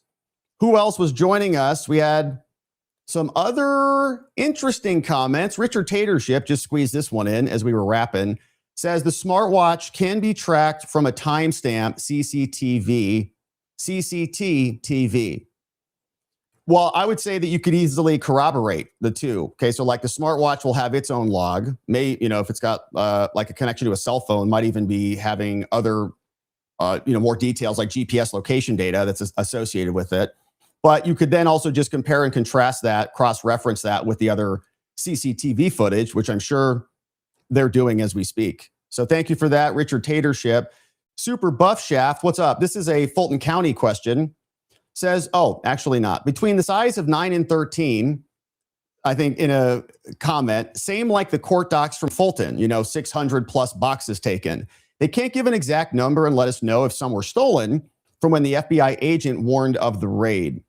I see. So yeah, kind of an amorphous labeling and definitional style of conversation from the FBI and the federal government. You don't want to get too specific because then the information might be useful and then people can piece things together themselves and nobody wants to do that. So thank you, Super Buff. Thank you for watching over on Rumble. Shout out to our friends on Rumble who also joined us over there. And we had some new members come in. So what's going on? More here. What's up? Steve is here. We got more here, brought in 10 more members right here. Thank you, more here, for doing that. Big welcomes to Steve. We got RLT. We got Beverly Heller. What's up? Crayon Eater in the house. Amy Casca, Michelina, Gay Aries Guy. What's up? Danny Pitzer. What's up? Glenn and Sparta American in the house. Gifted memberships courtesy of more here. And good to see you. We got Kellen Pitts, also became a supporter. Great to see everybody. We'll be back with another members only morning stream on Monday. But since we had a special guest appearance today, we wanted to make sure that we could go live so that we could get his message out as far and wide as quickly as possible. And hopefully you enjoyed that. But Monday, 10 a.m. Eastern time, we'll come back with our next members only stream. Can't wait to see everybody there. What's up? Elizabeth Sizemore, also welcome aboard. Kathy, we got some new members here, man. Welcome, Kathy. Awesome to see you. Jeffrey Adams asked this question. Why don't you subpoena John Ratcliffe and put him under oath? You mean like as opposed to Shawnee Kirkhoff? Why don't you also? He might be listening. We just saw that Steve Baker said he might even be here. What's up, John Ratcliffe, if you're out there? Yeah, I don't know. Well, I mean, I know why you can't subpoena the CIA director. They'll say he's not a relevant or necessary witness. And what does he know? And, these general kind of fishing expeditions are usually not enabled by the courts unless you're like Donald Trump, then they'll do whatever.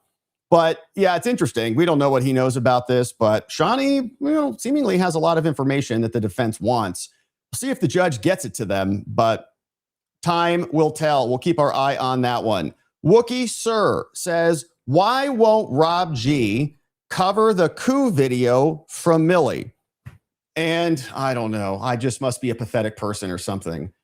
I don't even know what you're talking about. So the coup video from Milley, why don't you send it to me and I'll take a look at it? It's normally, if we don't cover something, it's usually because I don't think it's interesting or relevant or timely or it's duplicative. There are many reasons why we don't cover things, or I never saw it is probably the biggest reason that I think is applicable on this one.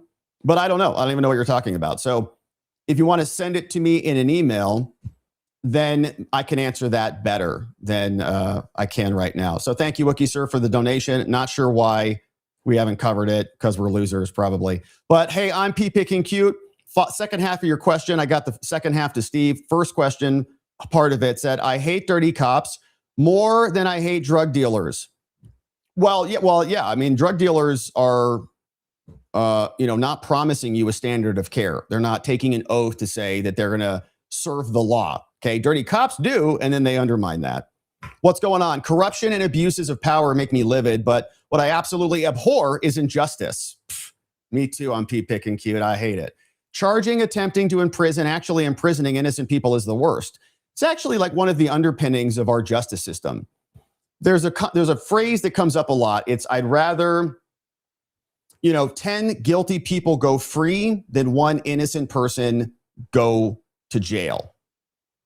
Because the system is oriented towards protecting the innocent rather than it is about other elements, right? So criminal justice, like there's whole classes on this, but what is it for? A lot of it is to be punitive. Society oftentimes have certain like morality standards. We have very harsh punishments for people who are PDF files in a lot of places. There's a whole contingent of America who doesn't think that should be even criminalized anymore. It's like, well, it's not that big of a deal. But largely, right, society sets morals, has some moral features, sets some standards, and then has a baseline there. And you shouldn't be dropping underneath that. Otherwise, you get punished for violating those societal standards. You also have a concept in criminal justice, which is about rehabilitation. You want to rehabilitate people who are not acting in the interest of society. You give them a penalty, you give them some punishment, you give them some rehab, they come back. Now they're good, upstanding citizens and they can be productive and actually contribute, whereas before they were engaging in criminality. You also have a disincentive type of modality. So somebody does bad things, they get punished, and that disincentivizes other people from doing bad things. So there's a compliance component.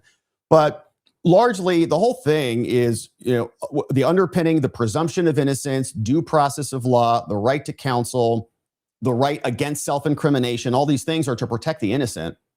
And when a society flips, and it's more about accomplishing those other things, like perhaps we want to disincentivize anybody from doing this, doesn't matter if they're innocent or guilty, as long as it serves the disincentive function, right? That means that your society is more about establishing a certain behavioral norm rather than it is prosecuting the guilty. So we can never forget that. That's why the presumption of innocence, even if it seems like there's overwhelming evidence against one particular defendant or the person of interest one, we still want to adhere to the presumption of innocence for everybody. Okay, that's the beauty of our system, is like iron sharpens irons. Both sides make their case.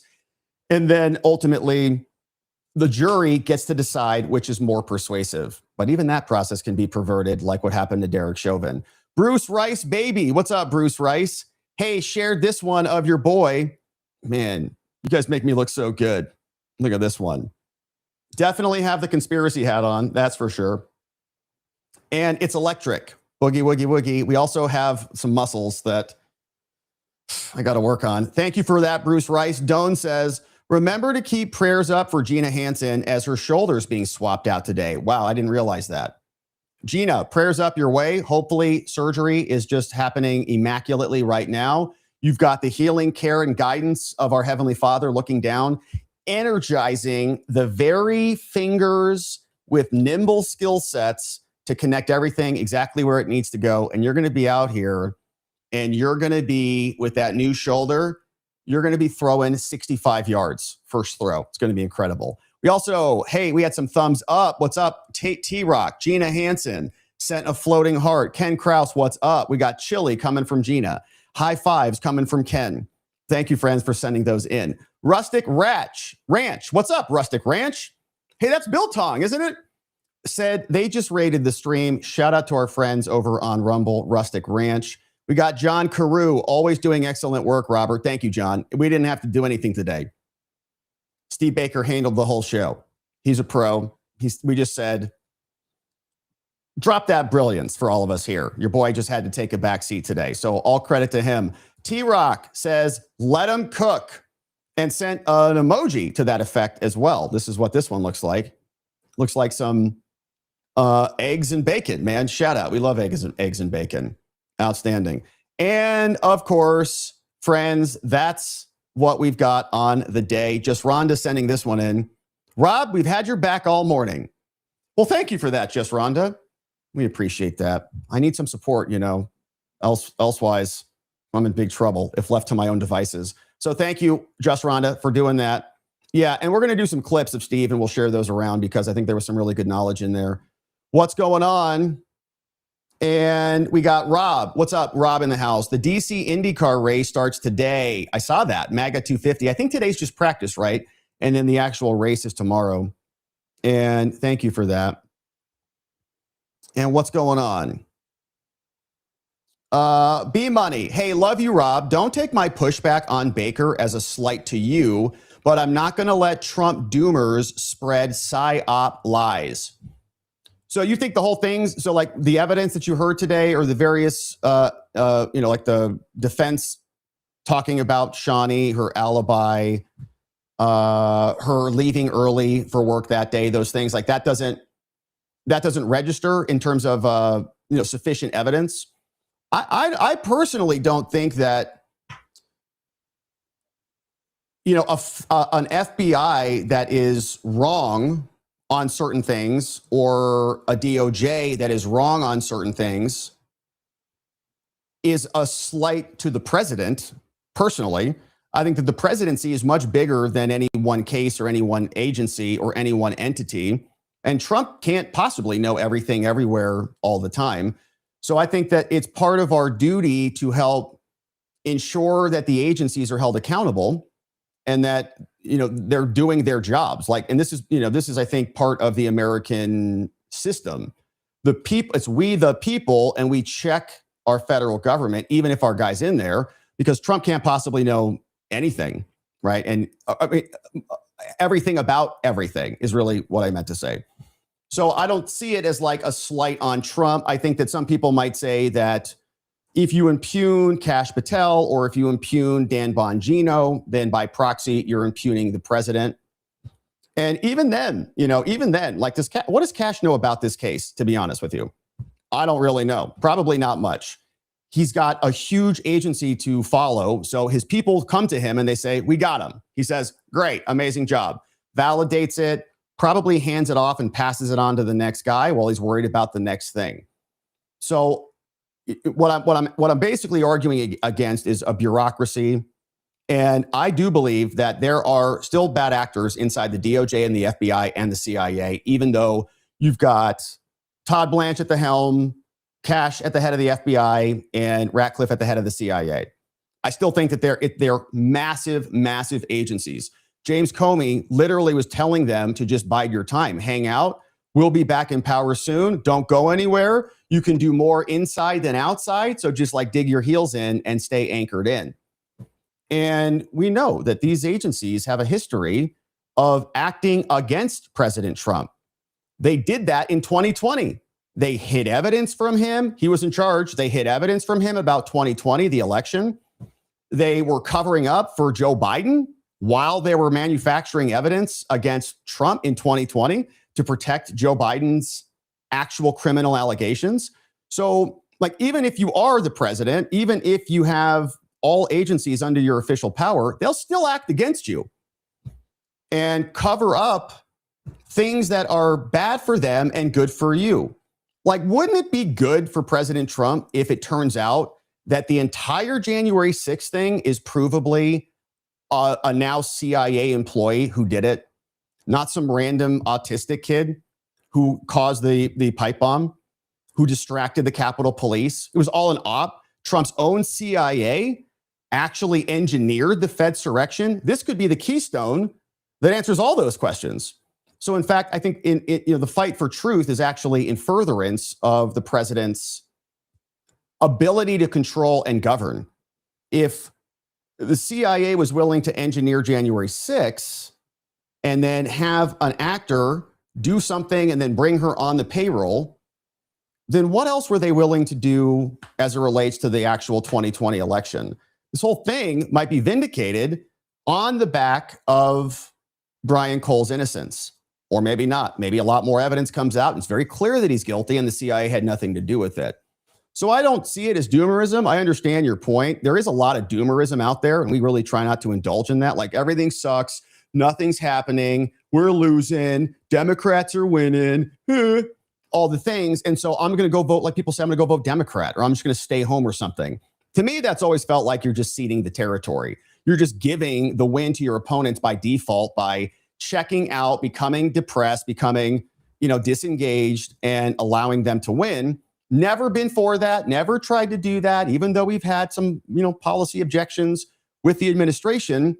At this point in American public life, it's like if you're not on a team and you're going to be, an independent person, as you claim to be, in many ways, that's fine. You can have your principles. I support it. You don't have to, be a cultist or follow along and, follow the bouncing ball through everything.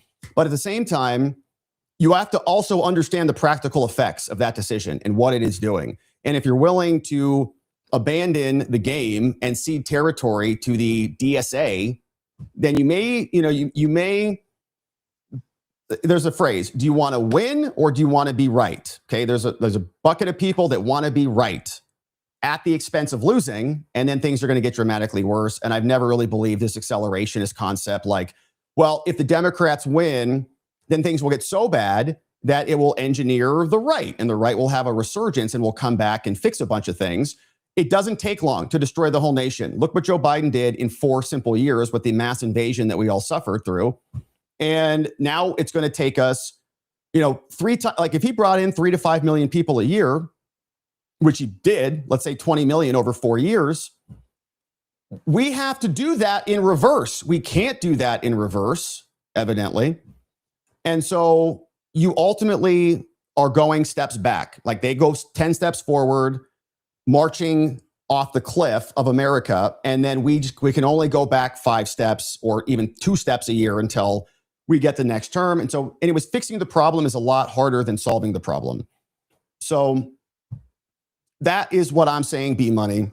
And I definitely don't want an innocent person to go to jail, as we mentioned earlier, and I don't want guilty people to go free. And so, like always, like Tyler Robinson, like any of these other cases, we're trying to judge the facts as they come through.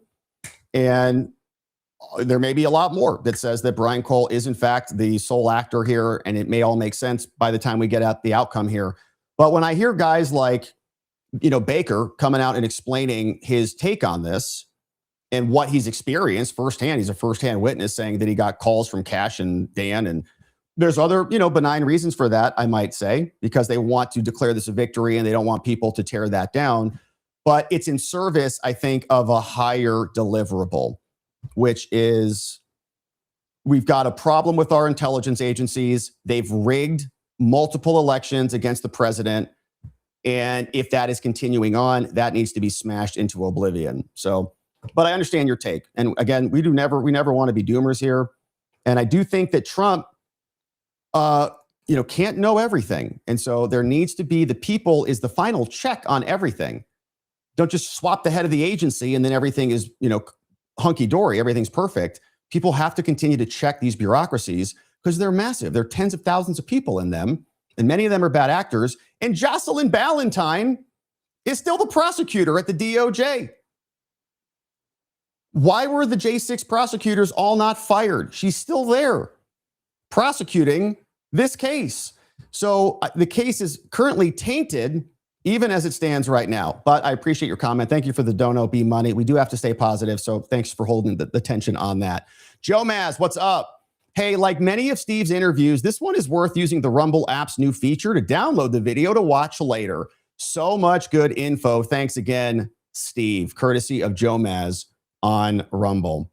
Thank you, Joe Maz. We appreciate that. He is, the dude's been on it for years, and he knows all of the details. Just Rhonda, 29 months as a member. Thank you, Rhonda. We've had your back all morning. Thank you.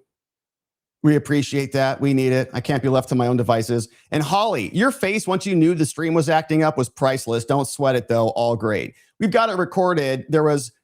I tried a new feature like an idiot on today, but YouTube just rolled out both vertical and horizontal streams. And so I made the switch, and apparently only the vertical stream was working, not the horizontal stream. So I had to go in there and fix it live while I'm trying to listen to Steve.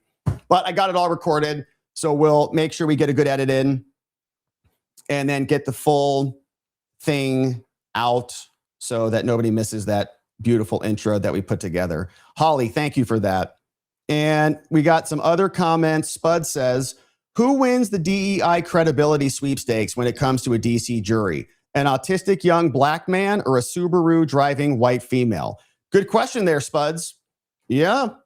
DC has a very high percentage of African-American individuals here, many of whom I suspect will be on the jury. We'll see if that comes into the picture, but it is curious. It is curious. We'll see, Spuds.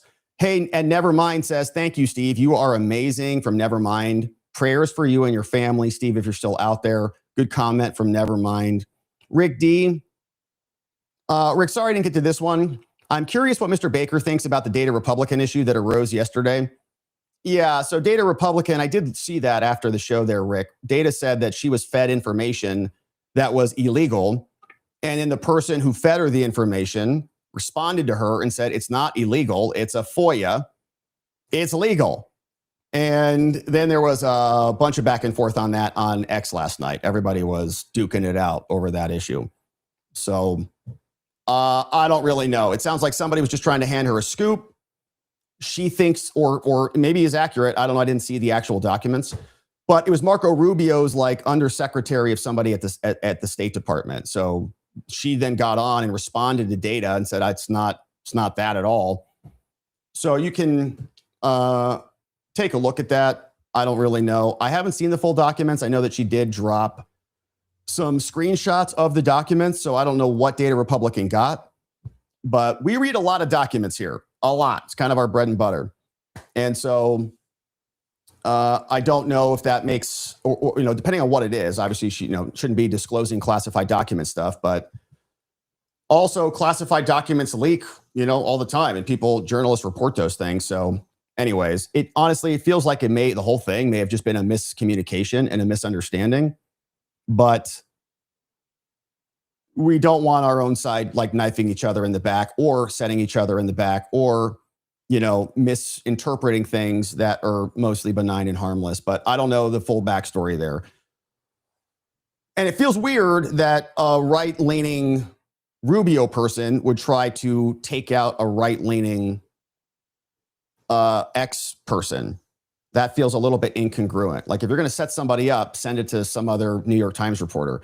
Laura and Lucy the dog, but they would publish it, right? They would just say, oh, it's classified. I don't care. I've got journalistic privilege, so I'm just going to release this. I didn't steal it.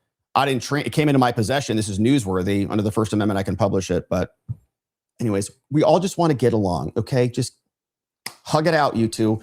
Laura and Lucy the dog. Wow, the truth is coming out, and I think Steve Baker should get the reward money for not giving in to the deep state.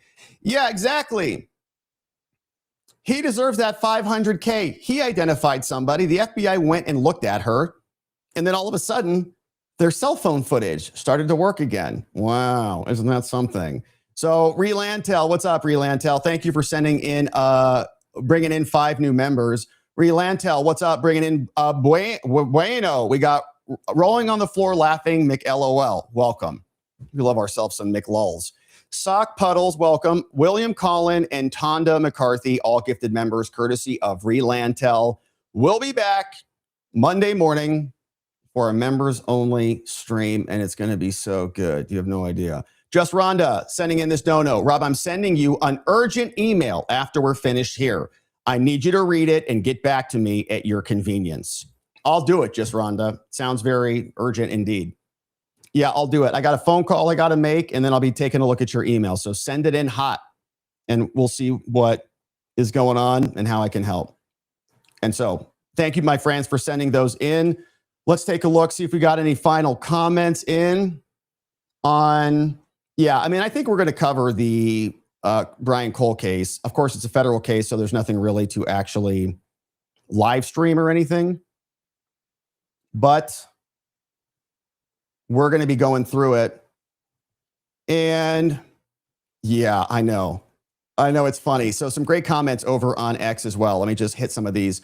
MMH, this was excellent. I've heard Steve tell this story over a dozen times. I know I've too. It's really good. And can't wait until he doesn't have to hold back on some of the additional details. I know. And every time you hear from Steve or you talk to him, there's always like a little bit more, like it's inching forward. You're like, just give me everything. It's like, can't do it. Trial's coming up. So he's great. He does a really good job. And I think he's doing the responsible thing, obviously, but it is, there is a lot more that is there. Obviously he has it. The defense lawyers absolutely have it. And so that's why we wanted to read some of those documents so that you can see what's inside the subpoenas that they're now really latching onto to make their case. Good to see you, MMH. Thank you for the heads up. Just followed you back. What's up? She thinks freely. Joe Kent recruited Steve Baker. Joe Kent told him where Shawnee worked, allegedly. I wish I could have asked him about that. I don't know. That's from She Thinks Freely. I mean, he told the story. It sounds like he was just watching a lot of footage. Shawnee was a pretty high profile person on the day of J6 because she was up there blasting fools. Pop, pop, pop, according to the reports. So I don't know if there was a connection there. But maybe Joe Kent would know. I don't know. Hey, Common, You don't prioritize trespassing over coordinated bombs next to a VP. Was the public warned and the president rushed away to a bunker? No. I mean, after she was. They did an initial search, bring her in. She's like feet away from it, goes inside. Then they discover it. Then I think they moved her out the back. Coordinated bombs in D.C. means possible coordinated attack. No. Pelosi moaned about calling the National Guard on the citizens instead. She did. Yeah. I mean, the whole thing feels like a setup because of that. They refused to answer Stevenson's phone calls. He wanted support. They could have had a lot of support. The bombs came out right at the most perfect time. Everybody gets deviated away from the Capitol building. You heard the numbers. He said, what, 2,000 Capitol police, like 250 of them were actually on duty? Crazy. There's video footage of Capitol cops saying, we were set up. We got set up, man. They said that. Like they wanted this to happen. This was the exit plan. You've all seen Ocean's 13 or something. Once the casino gets ransacked, you need an exit strategy. You need to shake the building with that underground tunnel digger. And they shake the building. Everybody leaves. They get a little earthquake. They say, hit them again, shake the building harder. Everybody leaves.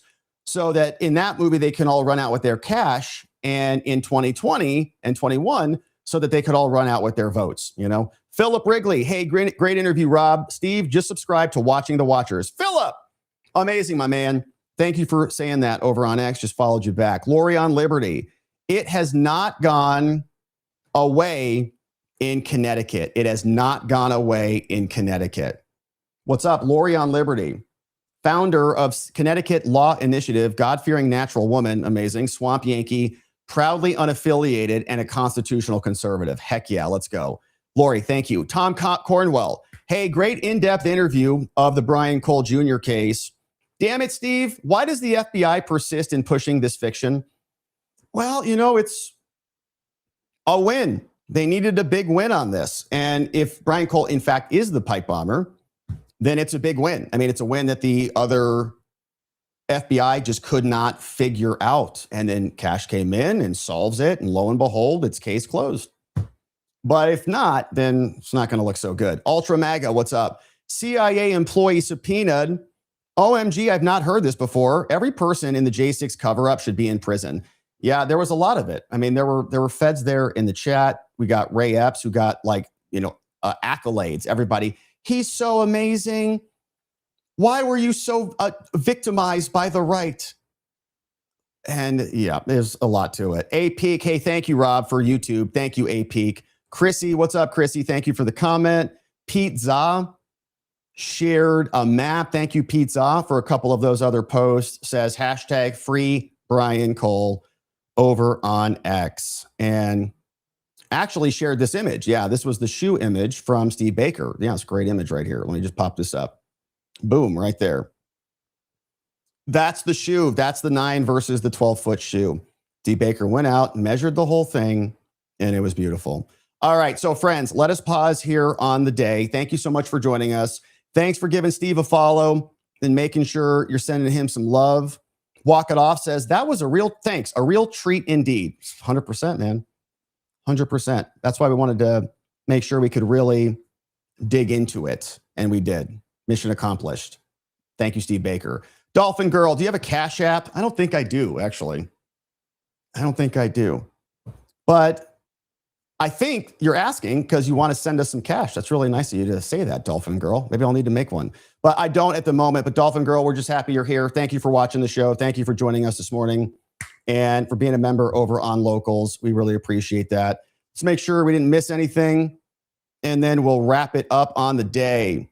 We are looking good. All right. So once again, thank you to our amazing mods and meme smiths, Muffin Rando. We got Donut Mind Me. We got John McGarvey in the house clipping away for us. We got K Bean, of course, always holding the fort down for us. We got Neuro D, Janek, and Dog Digger on the Rumbles. Jigum Geegum, Elliot, and just Rhonda and Jigum. Shout out to that amazing meme today. You're incredible. But we'll pause here for the weekend, my friends. We'll get some good rest, some relaxation, some recovery. And then on Monday, we shall return to get into it again. And we hope that you come back and join us because it's about to get spicy here as the midterms continue to advance, and we'll have a lot more work and justice to unpack together. So we'll pause here. Hopefully you're doing something fun, something energizing, recharging those batteries, getting outside, getting some fresh air, spending time with friends, family, all the people that we love. And then you come on back here on Monday to join us again. And until we're back here, my friends, remember, we're going to need to see you right back here so that together, with your help, we can shine that big, beautiful spotlight of accountability and transparency down upon our system with the hope of finding justice. Make it a beautiful night. Sleep very well. We'll see you right back here on Monday. And I don't think we have the song here because we're in interview moment, but make it a great weekend, and we'll see you back here very soon. Until we're back, be well and bye-bye.